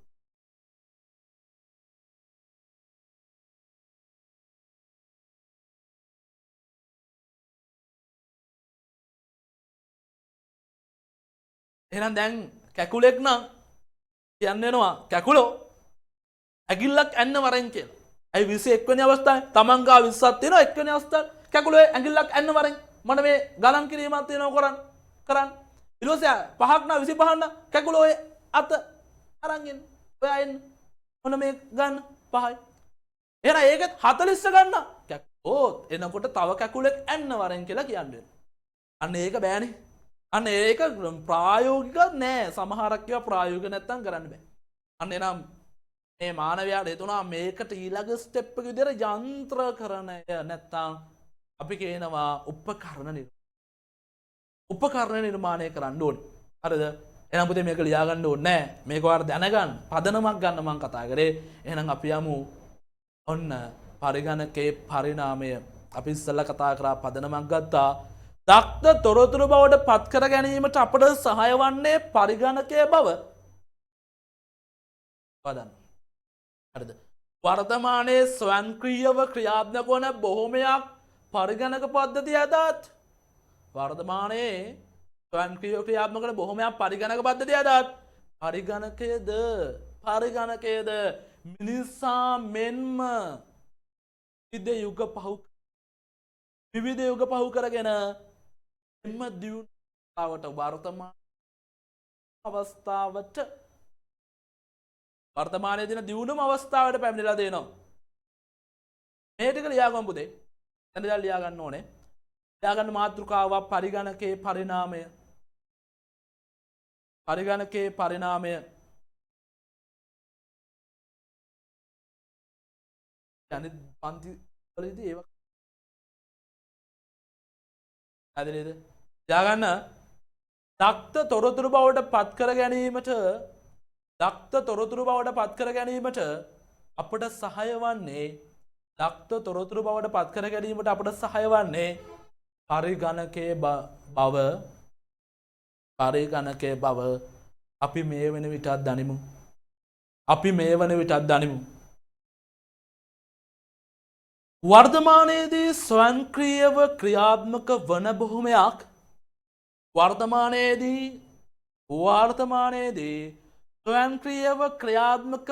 බොහොමයක් ස්වයංක්‍රීයව ක්‍රියාත්මක වන බොහොමයක්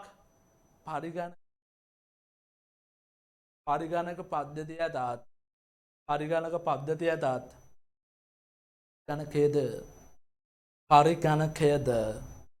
පරිගණකයද මිනිසා මෙන්ම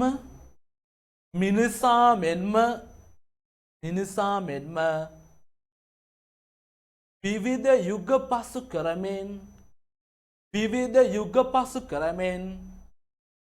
යුග පසු කරමින් දියුණු අවස්ථාව නැත්නම් යුගයේ වෙත පැමිණ ඇත. පැමිණ නැත. හරිද? කොබලම ලියලා ඉවර කට්ටිය. මේ බලන්න අඳුරන කෙනෙක් ඉන්නවා මේ අදිමානවේ. බලන්න නැද්ද කියලා. උදේ බලන්න. හරිද? නේද? ලස්සනට ඉන්නේ. හරි නේද? හරි. කොබලම තාම ලියන කට්ටිය. ලියන කට්ටිය බලමු දැන්.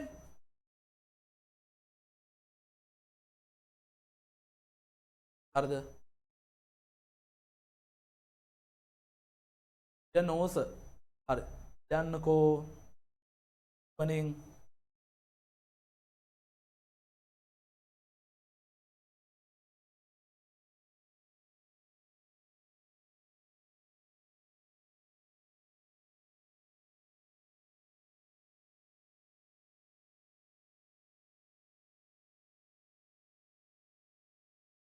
ලාස් කවද්ද කියලා ඒ කටයුත්ත සංවිධානය කරන නේද?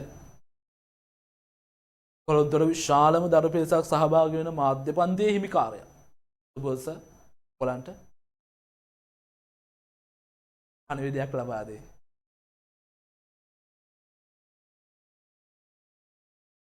හරිද පුතේ? හරි. ප්‍රශ්න අහන්න ටයිම් එක දෙන්න බැරිද? ප්‍රශ්න අහන්න ටයිම් එක තමයි ඔය දැන් මට ඔක්කොම පේනවනේ. ඔල chat box එකේ දාන්න. තියෙන ප්‍රශ්නේ.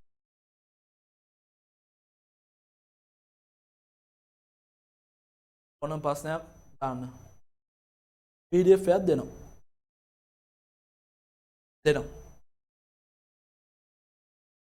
අන්න එහෙනම් බලමු අපි. පුතේ අපි අවුරුදු 5000ක් ඈත අතීතයට යනවා. පරිගණකය ආරම්භ වූයේ ගණිතයේ පහසු කරවීම සඳහා උපකරණ නිර්මාණය කිරීමෙන්. මම පදනමක් අරගෙන දෙන්නේ. හරිද? පුතේ මේ හේතුවෙන් අවුරුදු 5000කට පමණ පෙර දී ඇබගසේ නම් යන්ත්‍රයක්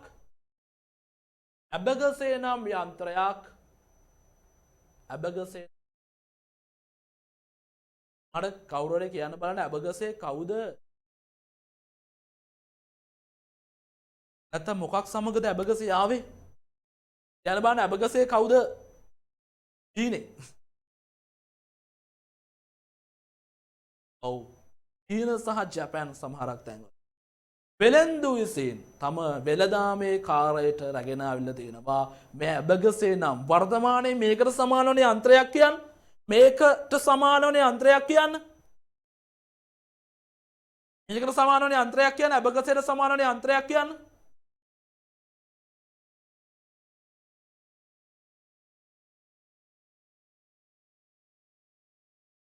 very good.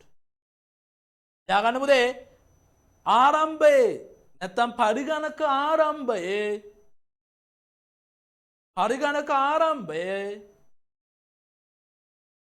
ගණනය පහසු කිරීම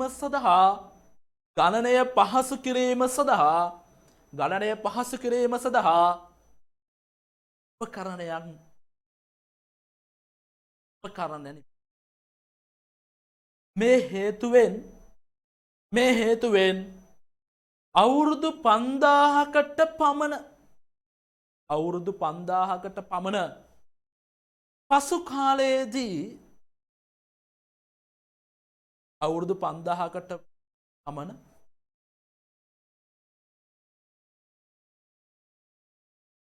බොහෝ උපකරණ සහ යන්ත්‍ර නිර්මාණය වූ අතර ඉන් කිහිපයක් කොලෙන් සිලබස් එකට අදාළව ඉන් කිහිපයක්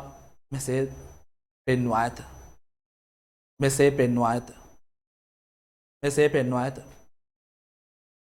හරිද? කො බලමු. ලියලා ඉවර කට්ටිය. කො බලමු. හොඳයි. තාම ලියලා කට්ටිය.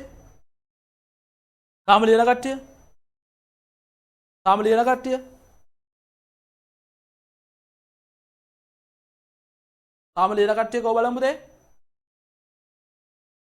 හරි. ඉක්මනට ලියාගන්න පුතේ. ඉක්මනට ලියාගන්න.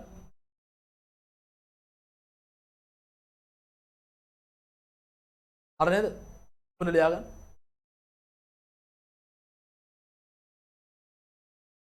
මම කොහෙද? කොළඹ. හරිද? හරි නේද? දෙවෙනි පාඩමත් කරනවද? අපි කරමු. දෙවෙනි පාඩම විතරක් නෙමෙයි තුන්වෙනි පාඩම හතරවෙනි පාඩම සියලු මේක ටික කරමු. නොකර ඇදලා පඩවිඩයක් ලබා දෙන්නම්කෝ. හරිද? ඔන්න පුතේ. ඔන්න පුතේ මාර වැදගත්. කෙටි ප්‍රශ්න වලට නිරන්තරයෙන් අහනවනේ මෙන්න මේ කොටස් ටික. නේද? කෙටි ප්‍රශ්න වලට හරිද? අදාළ සිද්ධිය දැන් බැලුවොත් එහෙම වකුඩු ගොඩාක් නෝට් ගොඩාක් තියෙනකොට අපිට ටිකක් අමාරු නේද ළමයි ඔයක බල බල අපිට ටිකක් පාඩම් කරන්න මතක තියාගන්න. හරිද? එතකොට පුතේ මේ වගේ අපි අවස්ථාවක් දීලා තියෙන්නේ ඔයාට අර කරුණු ටික ඔක්කොම එකට දෙන්න නැතුව වෙන වෙනම ඇදලිව දහසක් ගන්න. පුතේ මෙන්න මේ පැත්තේ වම් පැත්තේ උඩ ඉඳන් අපි පටන් කරමු. කවුද මේ? චාල්ස් බැබේ. සෝරි. කවුද මේ? Blaze Pascal. Blaze Pascal. ඉවර වෙනකන් ඉන්න පුතේ මං කියන්නම් ඇඩ් වෙන්න කොහොමද කියලා. Blaze Pascal. හරිද? මෙන්න මෙයා මොකද්ද නිර්මාණය කරේ? මෙයා නිර්මාණය කරපු යන්ත්‍රයට කියනවා ඇඩින් මැෂින් කියලා. ඇඩින් මැෂින් කියලා. හරිද? එතකොට මෙය තමයි පුතේ ලොව පළවෙනි යාන්ත්‍රික ගණක යන්ත්‍රය. යාන්ත්‍රික යන්ත්‍රය. හරිද? අබගසේ නිර්මාණය වුණාට ඒක යන්ත්‍රානුභවයක් තිබ්බේ නෑනේ. හරිද? එහෙනම් මෙන්න ලෝකේ පළවෙනිම යාන්ත්‍රික ගණක යන්ත්‍රය නිර්මාණය කරේ ලොව පළවෙනි ගණක යන්ත්‍රය අබගස්. හැබැයි ලොව පළවෙනි යාන්ත්‍රික ගණක යන්ත්‍රය තමයි ඇඩින් මැෂින්. ඇඩින් මැෂින්. පැහැදිලිද? ආකලනය තමයි ඉන්නේ. එහෙනම් ඔහොමම අපි යමු හිතේ යටට. නැත්නම් අපි යමු දකුණු පැත්තේ කෙරවලට. මෙන්න උඩට. බලන්න. 1674. 1674. හරිද? එතකොට එයා අරයා 1642 ඇඩින් මැෂින් එක නිර්මාණය කරනවා බේස් පැස්කල් විසින්. හරිද? මෙයා 1674 ටිකක් ළඟ වගේ. මේ පැස්කල්ගේ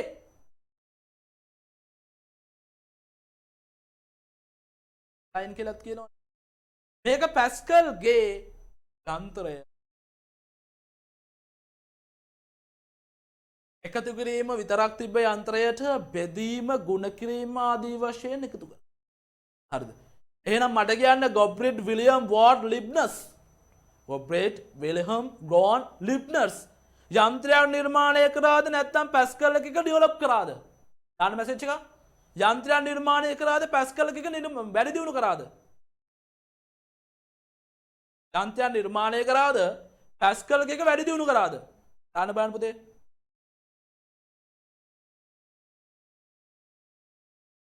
එහෙනම් මේ පැත්තේ බලන්න. මෙයා බෙදීම ගුණ කිරීම ආදී වශයෙන් නම් අර පැත්තේ තිබ්බේ අඩු කිරීම එකතු කිරීම කියලා අපිට උපකල්පනයක් ගන්නවා නේද?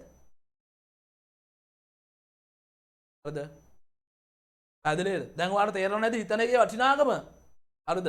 ඊට පස්සේ අපි ආය යනවා වම් පැත්තේ දෙවෙනි අවස්ථාවට.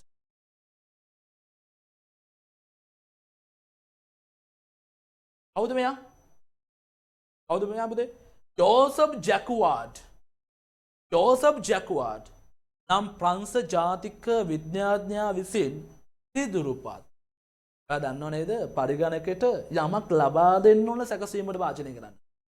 පරිගණකයට යමක් ලබා දෙන්න ඕනේ සකසන්න නම් ලබා දීමට අපිට ආදාන මාධ්‍යයන් ඕනේ.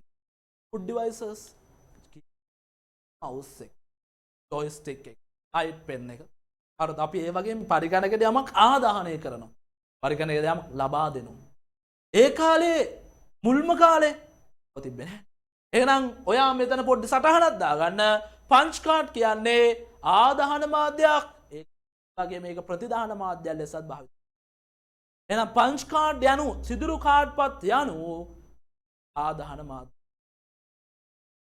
යන්ත්‍ර ලබා දී තියෙන ආදාහන මාධ්‍ය. එහෙනම් මෙන්න මේක යොදාගෙන රෙදි විවීමේ රෙදි ලියන යන්ත්‍රයක් නිර්මාණය කරලා ලියනවද? නෑ එපා. මම මේක ලබා දෙන්න. හොඳට අහන් ඉන්න. නෝට් එක ලියන්න එපා. අහන් ඉන්න. මම ඊට පස්සේ මේක ඔයාලට ලබා දෙන්න. හරිද? ඊට පස්සේ පුතේ අපි මෙන්න මේ පැත්තෙම යට සිද්ධියට යන්න ඉස්සෙල්ලා මෙන්න බලන්න. මෙන්න මෙතන දෙන්න. මම මේක ටිකක් ලොකුවට දාලා දෙනව නේද? ලොකුවට දාලා දෙනව නේද? චාල්ස් බැබේජ් සිදුරු පද්ධතිය සිදුරුපත් පද්ධතිය භාවිතා කරලා හරිද? එයා හදනවා ඇනලිටිකල් යන්ත්‍රය. ඇනලිටිකල් එන්ජින් නම් යන්ත්‍රයක්. මෙම උපකරණය නිර්මාණය කරා මොන සංකල්පය බාධක කරගනිමද? මේ පංච් කාඩ් කන්සෙප්ට් එක. හරිද? ඉතින් මේ උපකරණය අධ්‍යයනය කරද්දී මේක තියෙනවා මා ෂෝක් දෙයක්. ඒක තමයි ආදාහනය සැකසීම ප්‍රතිදානය.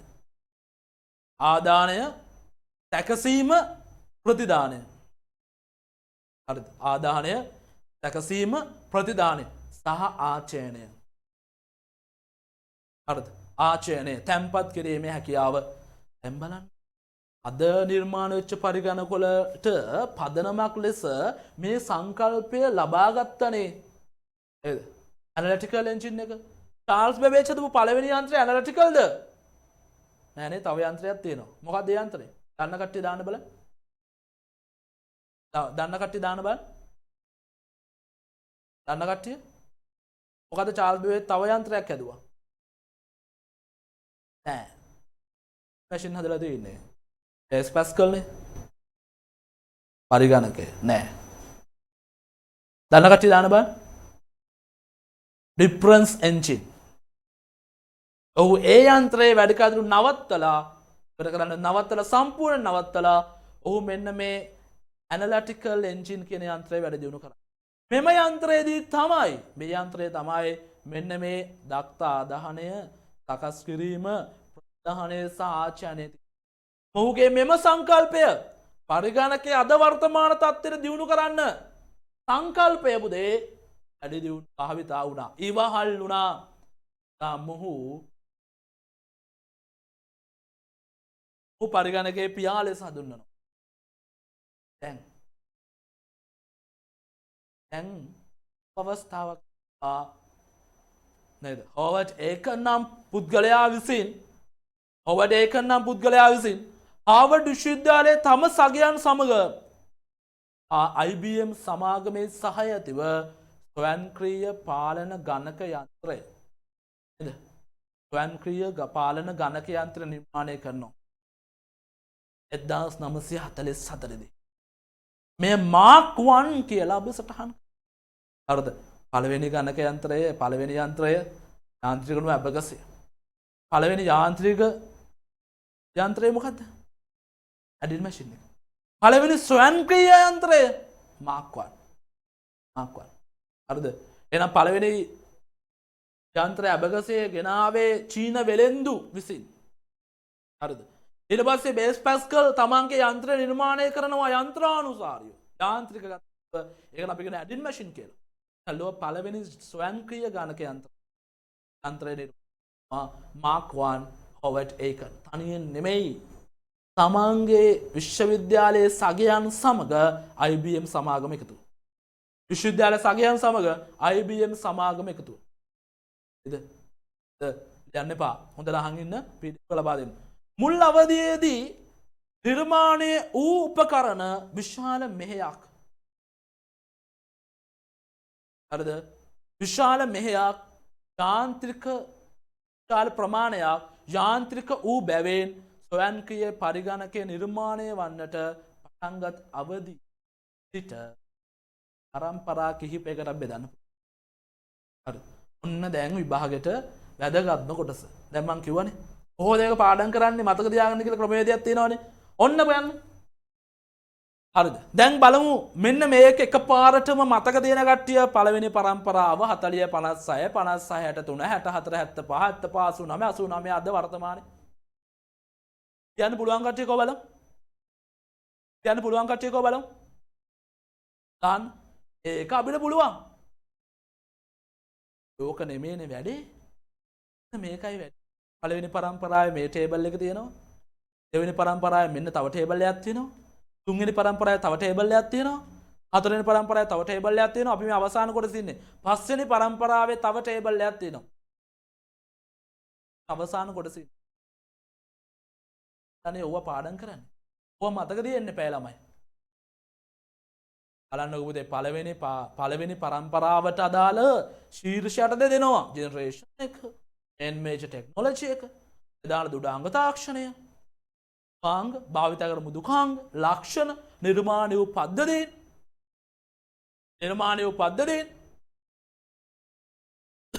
මේක අමාරුවෙන් පාඩම් කරා කියලා කියමුකෝ. ඔන්න එවෙනියට තියෙනවා. මේකත් අමාරුවෙන් පාඩම් කරා කියලා හිතමුකෝ. මේකත් අමාරුවෙන් පාඩම් කරා කියමුකෝ. 4ක්. මේකත් අමාරුවෙන් පාඩම් කරා කියමුකෝ 5ක් තියෙනවා.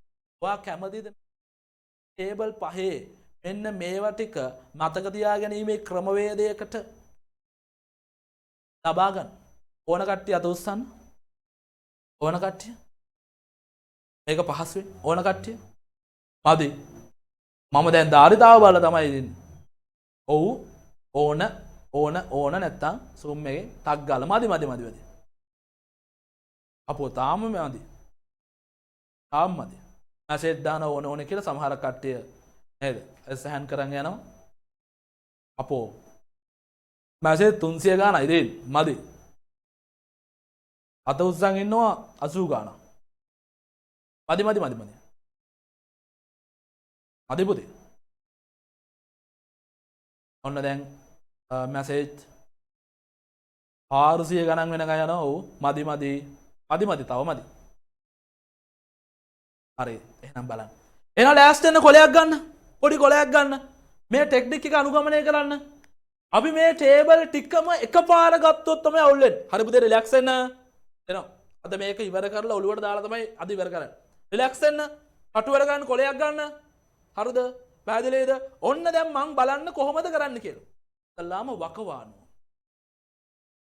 මං එක සීරිෂයට වකවානුව. ඒ වකවානුව අපි මතක තියාගන්න ඕනේ මෙච්චරයි. මාත් එක කියන්න බලන්න පුතේ 40යි 56 63 75 89. 40 56 63 63 89. 40 56 63 75 89. 40 56 63 75 89. ඉංග්‍රීසි මීඩියම් කට්ටිය 14 to 56 53 75 89. හරිද? 40 56 63 75 89. දැන් කියයන් 40 56 63 75 89. 40 56 63 75 89. 40 56 63 75 89. 40 56 63 75 89. කොබල් මොකද දැන් පාඩම් කට්ටිය ඉක්මනට මේව කරන්න. අපිට ඒතොර ඉක්මනට නවත්තන්න පුළුවන් වැඩේ කරලා ඉවර කරලා. 40 56 63 75 89. 40 56 63 75 89. 40 56 3 75. කොබල මතක කට්ටිය 40 56 63 75 මතක් තියෙන කට්ටිය මාත් එක්ක කියන්න ඕන නැත්නම් බෑ. 40 56 63 40 56 63 75 කො බලමු. ඉක්මන් කරලා ළමයි. හරි. දැන් මේකට අපි 19 දාමු. එබ හැම එකටම 19 දාන්න. 19 40ට 19 දාන්න.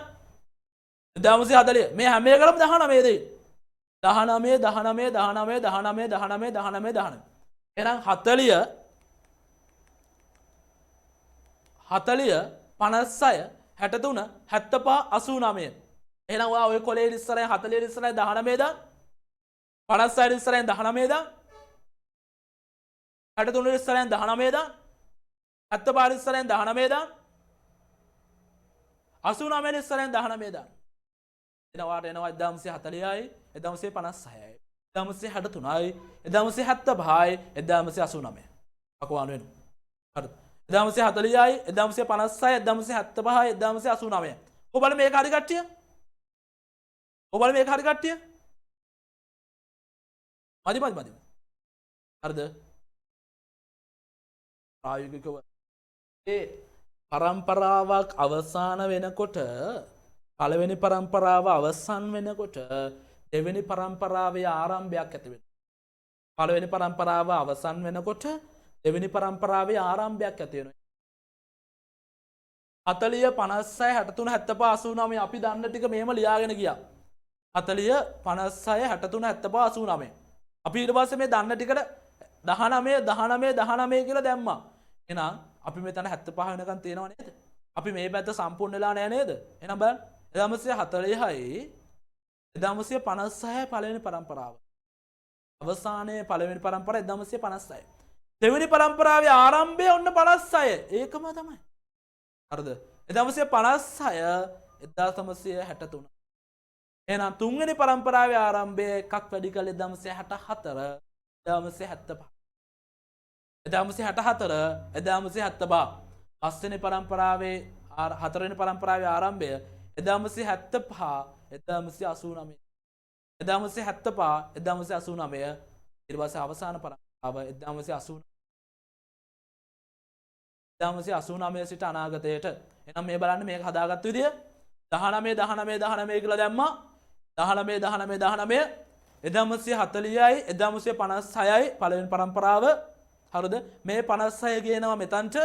එහෙනම් ආරම්භ වෙනවා දෙවෙනි පරම්පරාව 1956යි 1963යි. මේකට එකක් වැඩි කරලා තුන්වෙනියට ගේනවා 1964යි 1975යි තුන්වෙනි පරම්පරාව. මේකට මේ 75 මෙතනට ගේනවා 1975යි 1989යි හතරවෙනි පරම්පරාව. මේ 89යි මෙතනට ගේනවා 89.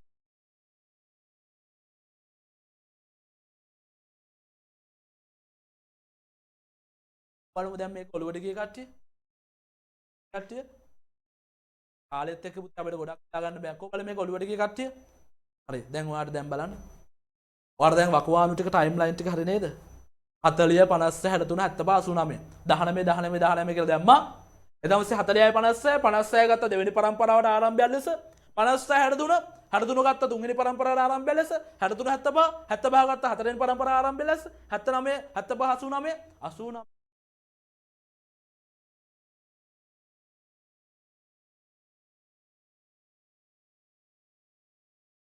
භාවිතාකර ප්‍රධාන දුඩාංග තාක්ෂණය. භාවිතාකර ප්‍රධාන දුඩාංග තාක්ෂණය. පළවෙනියට මතකයේ තියාගන්න ඕන නිසා මම රික්තක ට්‍රාන්සිස්ටර් අනුකූලිත පරිපත රික්තකනාල ට්‍රාන්සිස්ටර් අනුකූලිත පරිපත. රික්තකනාල ට්‍රාන්සිස්ටර් අනුකූලිත පරිපත. ඔය මාතක කියන්නේ රික්තකනාල ට්‍රාන්සිස්ටර් අනුකූලිත පරිපත. රික්තකනාල ට්‍රාන්සිස්ටර් අනුකූලිත පරිපත. රික්තකනාල ට්‍රාන්සිස්ටර් අනුකූලිත පරිපත. දැන් කෙනෙක් කියන්න බුණා සර් හතරවෙනි එකේදී සර් විශාල ප්‍රමාණය අනුකූලිත පරිපත. ඔව් හැබැයි ඔයා ඉස්සල්ලාම ගේ හදන්න ඉස්සල්ලා ඉන්ටීරියර් ගැන නෙමෙයි හිතන්න ඕනේ පදනම ගැන. හරිද? ඔයා එනං මෙච්චර කාලයක් ඕක පාඩම් කරන්න වෙහෙසක් දරලා දෙනවනේ මහන්සියක් දරලා දෙනවනේ. ඒකේ ප්‍රතිඵල තියෙනවනම් උපරිමයි සුපිරි. හැබැයි ඒකේ ප්‍රතිඵල තියෙනවද? එහෙනම් මේ විදිහ පාඩම් කරගන්න එපා. හරිද? එහෙනම් මේක අපි පාඩම් කරනවා කියන්නේ ක්‍රමවේදයක් හදාගෙන අපි අවබෝධ කරගන්න එක. එහෙනම් ওই ටික මම දන්න ඕනේ වාට වඩා හොඳට. මේකින් පස්සේ ඉවරයි. විනාඩි 10ක් 15ක් යයි. එහෙනම් පුතේ මේදී මතක තියාගන්න පළවෙනි අවස්ථාව විදියට අපි අර 40යි 56යි 63 75යි 89 කියලා දාලා අපි ජෙනරේෂන් පහේම වකවානු ටික හැදුවා නේද? පහේම වකවානු ටික හැදුවා නේද? එහෙනම් අපි ප්‍රධාන දුඩාංග තාක්ෂණය රික්තකනාල ට්‍රාන්සිස්ටර් අනුකූලිත පරිපත.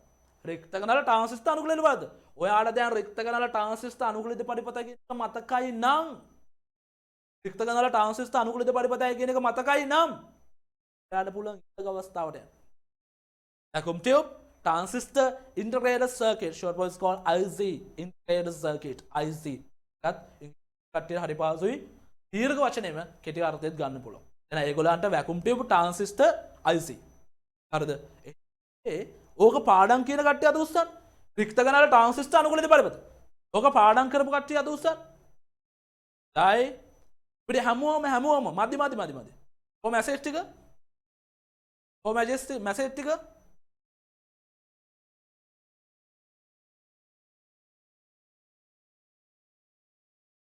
අයි අයි එහෙනම් දැන් ඔයාට අපි පදනමත් ගෙදර හදලා ඉවර නම් හරිද? ඒ ඔස්සේ අපි ගල් ටිකත් හදලා ඉවර නම් අපි ඒක දැන් ඉවර කරන්න ෆිනිෂ් කරන්න යමුකෝ ලස්සන කරන්න. ඒ බලන්න. එක්තකනල කාන්සිස්ට අනුකූලිත පරිපත අනුකූලිත පරිපත අනුකූලිත පරිපත කියලා නේද ඔයා ලියන් තියෙන්නේ? ඔයාට මතකයි ඔළුවේ එහෙමනේ. හරිද? එහෙනම් ඔයා තුන්වෙනි පරම්පරාව අනුකූලිත පරිපත තියලා හතරකට දාන්නකෝ විශාල ප්‍රමාණයේ අනුකූලිත පරිපත කියලා. විශාල ප්‍රමාණය කියන වචනේ දාන්නකෝ. ඉස්මිඩියම් large scale integrated circuit. කෙටියෙන් LSIC. ඔන්න යාට කෙටි නමත් අර දීර්ඝ දෙමත් අර. එහෙනම් අනුකමේ රික්ත කනාල ट्रांसिस्टर अनुकूलित परिपथ अनुकूलित परिपथ अनुकूलित परिपथ अनुकूलित परिपथ කියලා ලියන එකේ ඔයා තුන අනුකූලිත පරිපත තියලා හතරට දාන්නකෝ විශාල කියන වචනය විශාල ප්‍රමාණය පහට දාන්නකෝ අධික ප්‍රමාණය කියන වචනය හරිද හරිද දැන් ඔයාලට තේරෙනව නේද මේ රිද්මය හරිද රික්තකනාල ट्रांसिस्टर अनुकूलित परिपथ තමයි හැබැයි විශාල ප්‍රමාණය අනුකූලිත පරිපත හරිද ඊට පස්සේ අධික ප්‍රමාණය අනුකූලිත පරිපත දැන් බලන්නකෝ පුතේ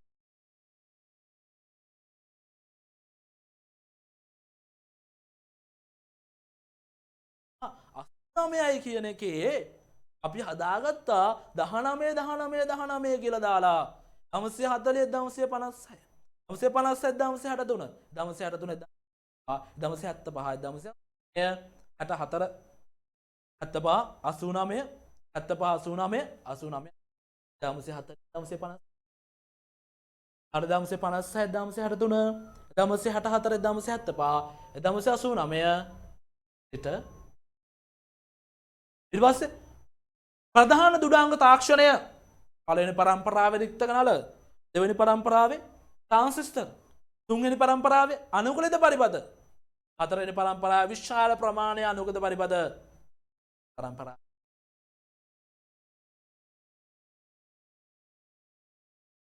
කොච්චර ඒසේක කොල් නේද ඇක්සේක වල මේ අමාරු කොටසෙම ක්‍රමයේ දෙයක් තියෙනවා ඒ ඉස්සරහට ඔයගොල්ලෝ ලබා දෙන්න ප්‍රමාණිකූලව හරිද එහෙනම් අපි ඕක ඉවර කට්ටියකෝ බලමු දැන් අපි ටේබල් එකේ තීරු දෙකක් ඉවරයි මේ බලමු ඔන්න හැම ටේබල් එකෙන් පරම්පරාවක් තියෙනවා ප්‍රධාන දුඩාංග තාක්ෂණයක් තියෙනවා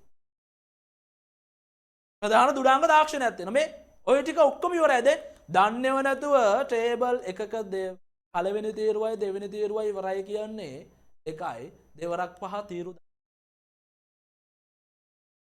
10ක් ඉවරයි යනවා ඊට පස්සේ හරිද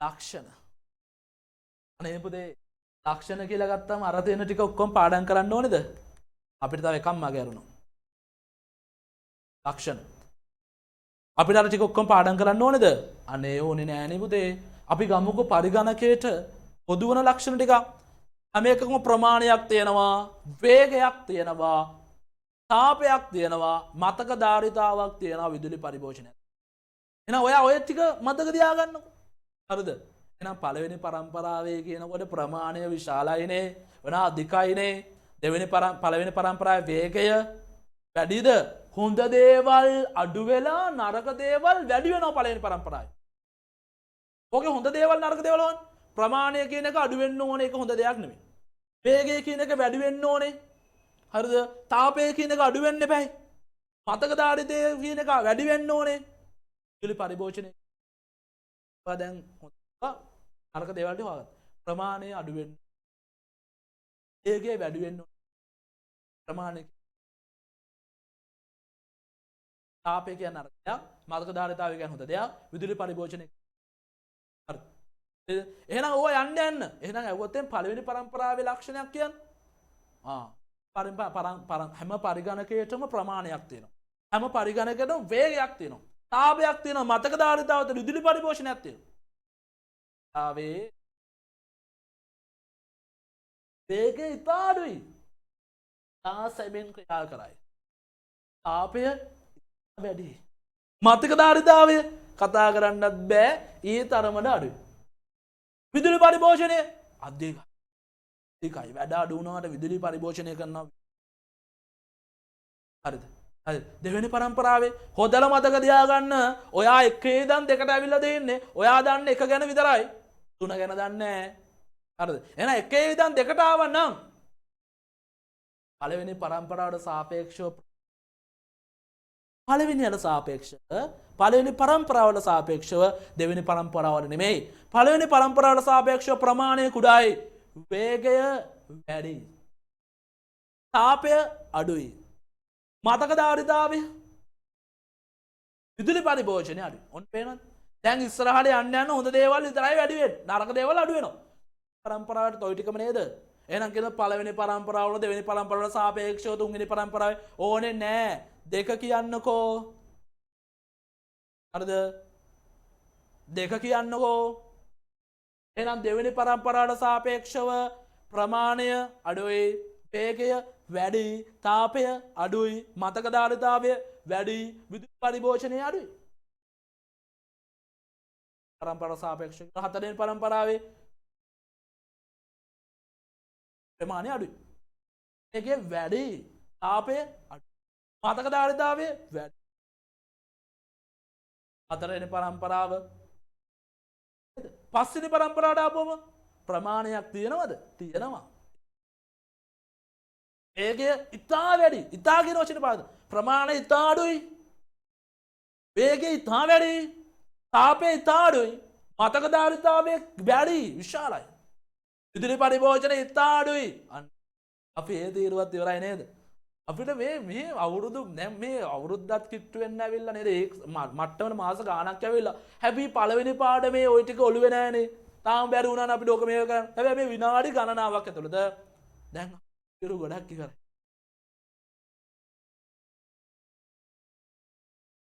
ඔව් බලමු දැන් මේක තේරෙන කට්ටිය මේ ක්‍රමවේදය කොහොමද කොහොමද මැසේජ් එකක් දෙන්න ඕනේ නැත්නම් වැඩක් නැහැ.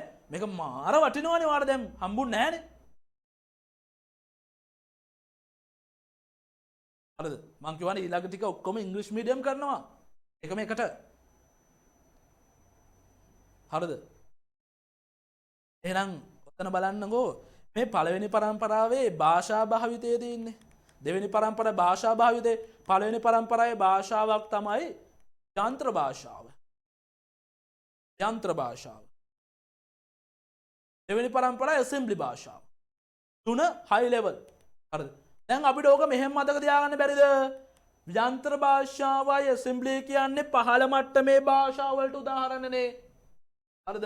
එහෙනම් පළවෙනි පරම්පරාවයි දෙවෙනි පරම්පරාවේ භාවිතා කරලා තියෙන පහළ මට්ටමේ භාෂා. කියන්නේ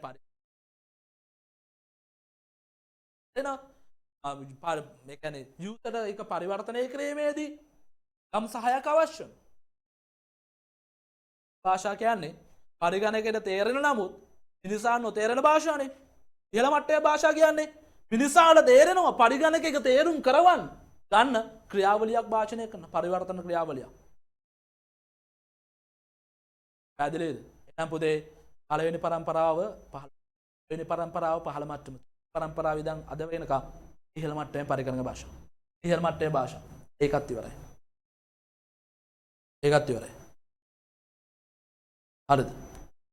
අනේ ඉතින් ඊට පස්සේ නිර්මාණය වූ පද්ධති පරිගණක වලට උදාහරණයක්. හරි. ඒ ටික නම් ඉතින් තියෙන විදිහටම අපිට ගන්න වෙනවා. පළවෙනි එකේ ANIVAC, EDVAC, UNIVAC. එකක් මතක තියාගන්නකෝ. ANIVAC, EDVAC, UNIVAC. එක්සැක්ට් තියෙනවනේ. ඕනේ නෑ. ANIVAC, EDVAC. හරි. ඊළඟ Honeywell 400 IBM 7030 PDP 8 PDP 11 IBM PC Apple II IBM notebook පළවෙනි පරම්පරාව දෙවෙනි පරම්පරාව තුන්වෙනි පරම්පරාව හතරවෙනි පරම්පරාව පස්වෙනි පරම්පරාව හරිද මොකද ANIVAC EDVAC පළවෙනි පරම්පරාව ANIVAC EDVAC සින්තෝක් විතර හදාගත්ත ගමන් EDVAC Honeywell 400 IBM 7030 PDP 8 PDP 11 IBM PC Apple II, IBM PC Apple II, notebook, IBM notebook Pentium, IBM notebook Pentium PC, IBM notebook Pentium PC. මේක YouTube එකේ ආයෙ බලන්න පුළුවන්. දානවා. බලන්න ආයෙ. හරිද? එහෙනම් අපි ඔක්කොම ටික ඉවරයි. ඔක්කොම ටික ඉවරයි. එහෙනම් turn off ICT හැරෙන්න මේ පැත්ත. හරිද? හැරෙන්න මේ පැත්තට. ඔයාලට පේනවා ඇති පළවෙනි පාඩම සම්පූර්ණ නෙමෙයි පළවෙනි පාඩමේ අවශ්‍ය ටිකක් කොටසක් ගන්නවා. හැබැයි ඒ වැඩේ හරියට දැවැන්තව ඒ කියන්නේ දැනෙන්න ලබා දුන්නා. දැනගත්ත කියන එක අපිට දැනෙන්න ඕනේ. හරිද? එතකොට මෙතනදී විශාල කාලයක් කාලවකවානු නෙමෙයි දෙන්නේ. විශාල අඩු කාලයකදී විශාල වැඩක් කරා අපිට මේක මාස ගණනාවක් නැත්නම් 11 පන්ති ළමයින් අවුරුදු ගණනාවක් අවුරුද්දක් තිස්සේ බැරි වුණ දේ ඒ විනාඩි ගාන තුතියලම ආගේ ප්‍රතිචාර නැ ඉස්සරහට කොහොමද සම්බන්ධ වෙන්නේ පොල්ස ඔයාලට පඩි ටික ලබා දෙයි හරිද සුවස දුරකථන අංක ලබා දෙයි සම්පූර්ණ පණිවිඩ ලබා ගන්න පුළුවන් ඒ වගේම ගෲප් වල ඇඩ් වෙලා නැති ඔයාලා ටෙලිග්‍රෑම් ගෲප් එකේ ලව් කරායි අපි දාන්න පුළුවන් විදිහට මැසේජ් එතකොට ඔයා ඒකේ මැසේජ් එකක් දාන්න යාළුවන්ට දැනුම් දෙන්න එහෙනම් පුතේ අද පළවෙනි පටන් ගන්නමට ආයිබෝන් කියන්නේ ගොඩක් වැඩක් කරලා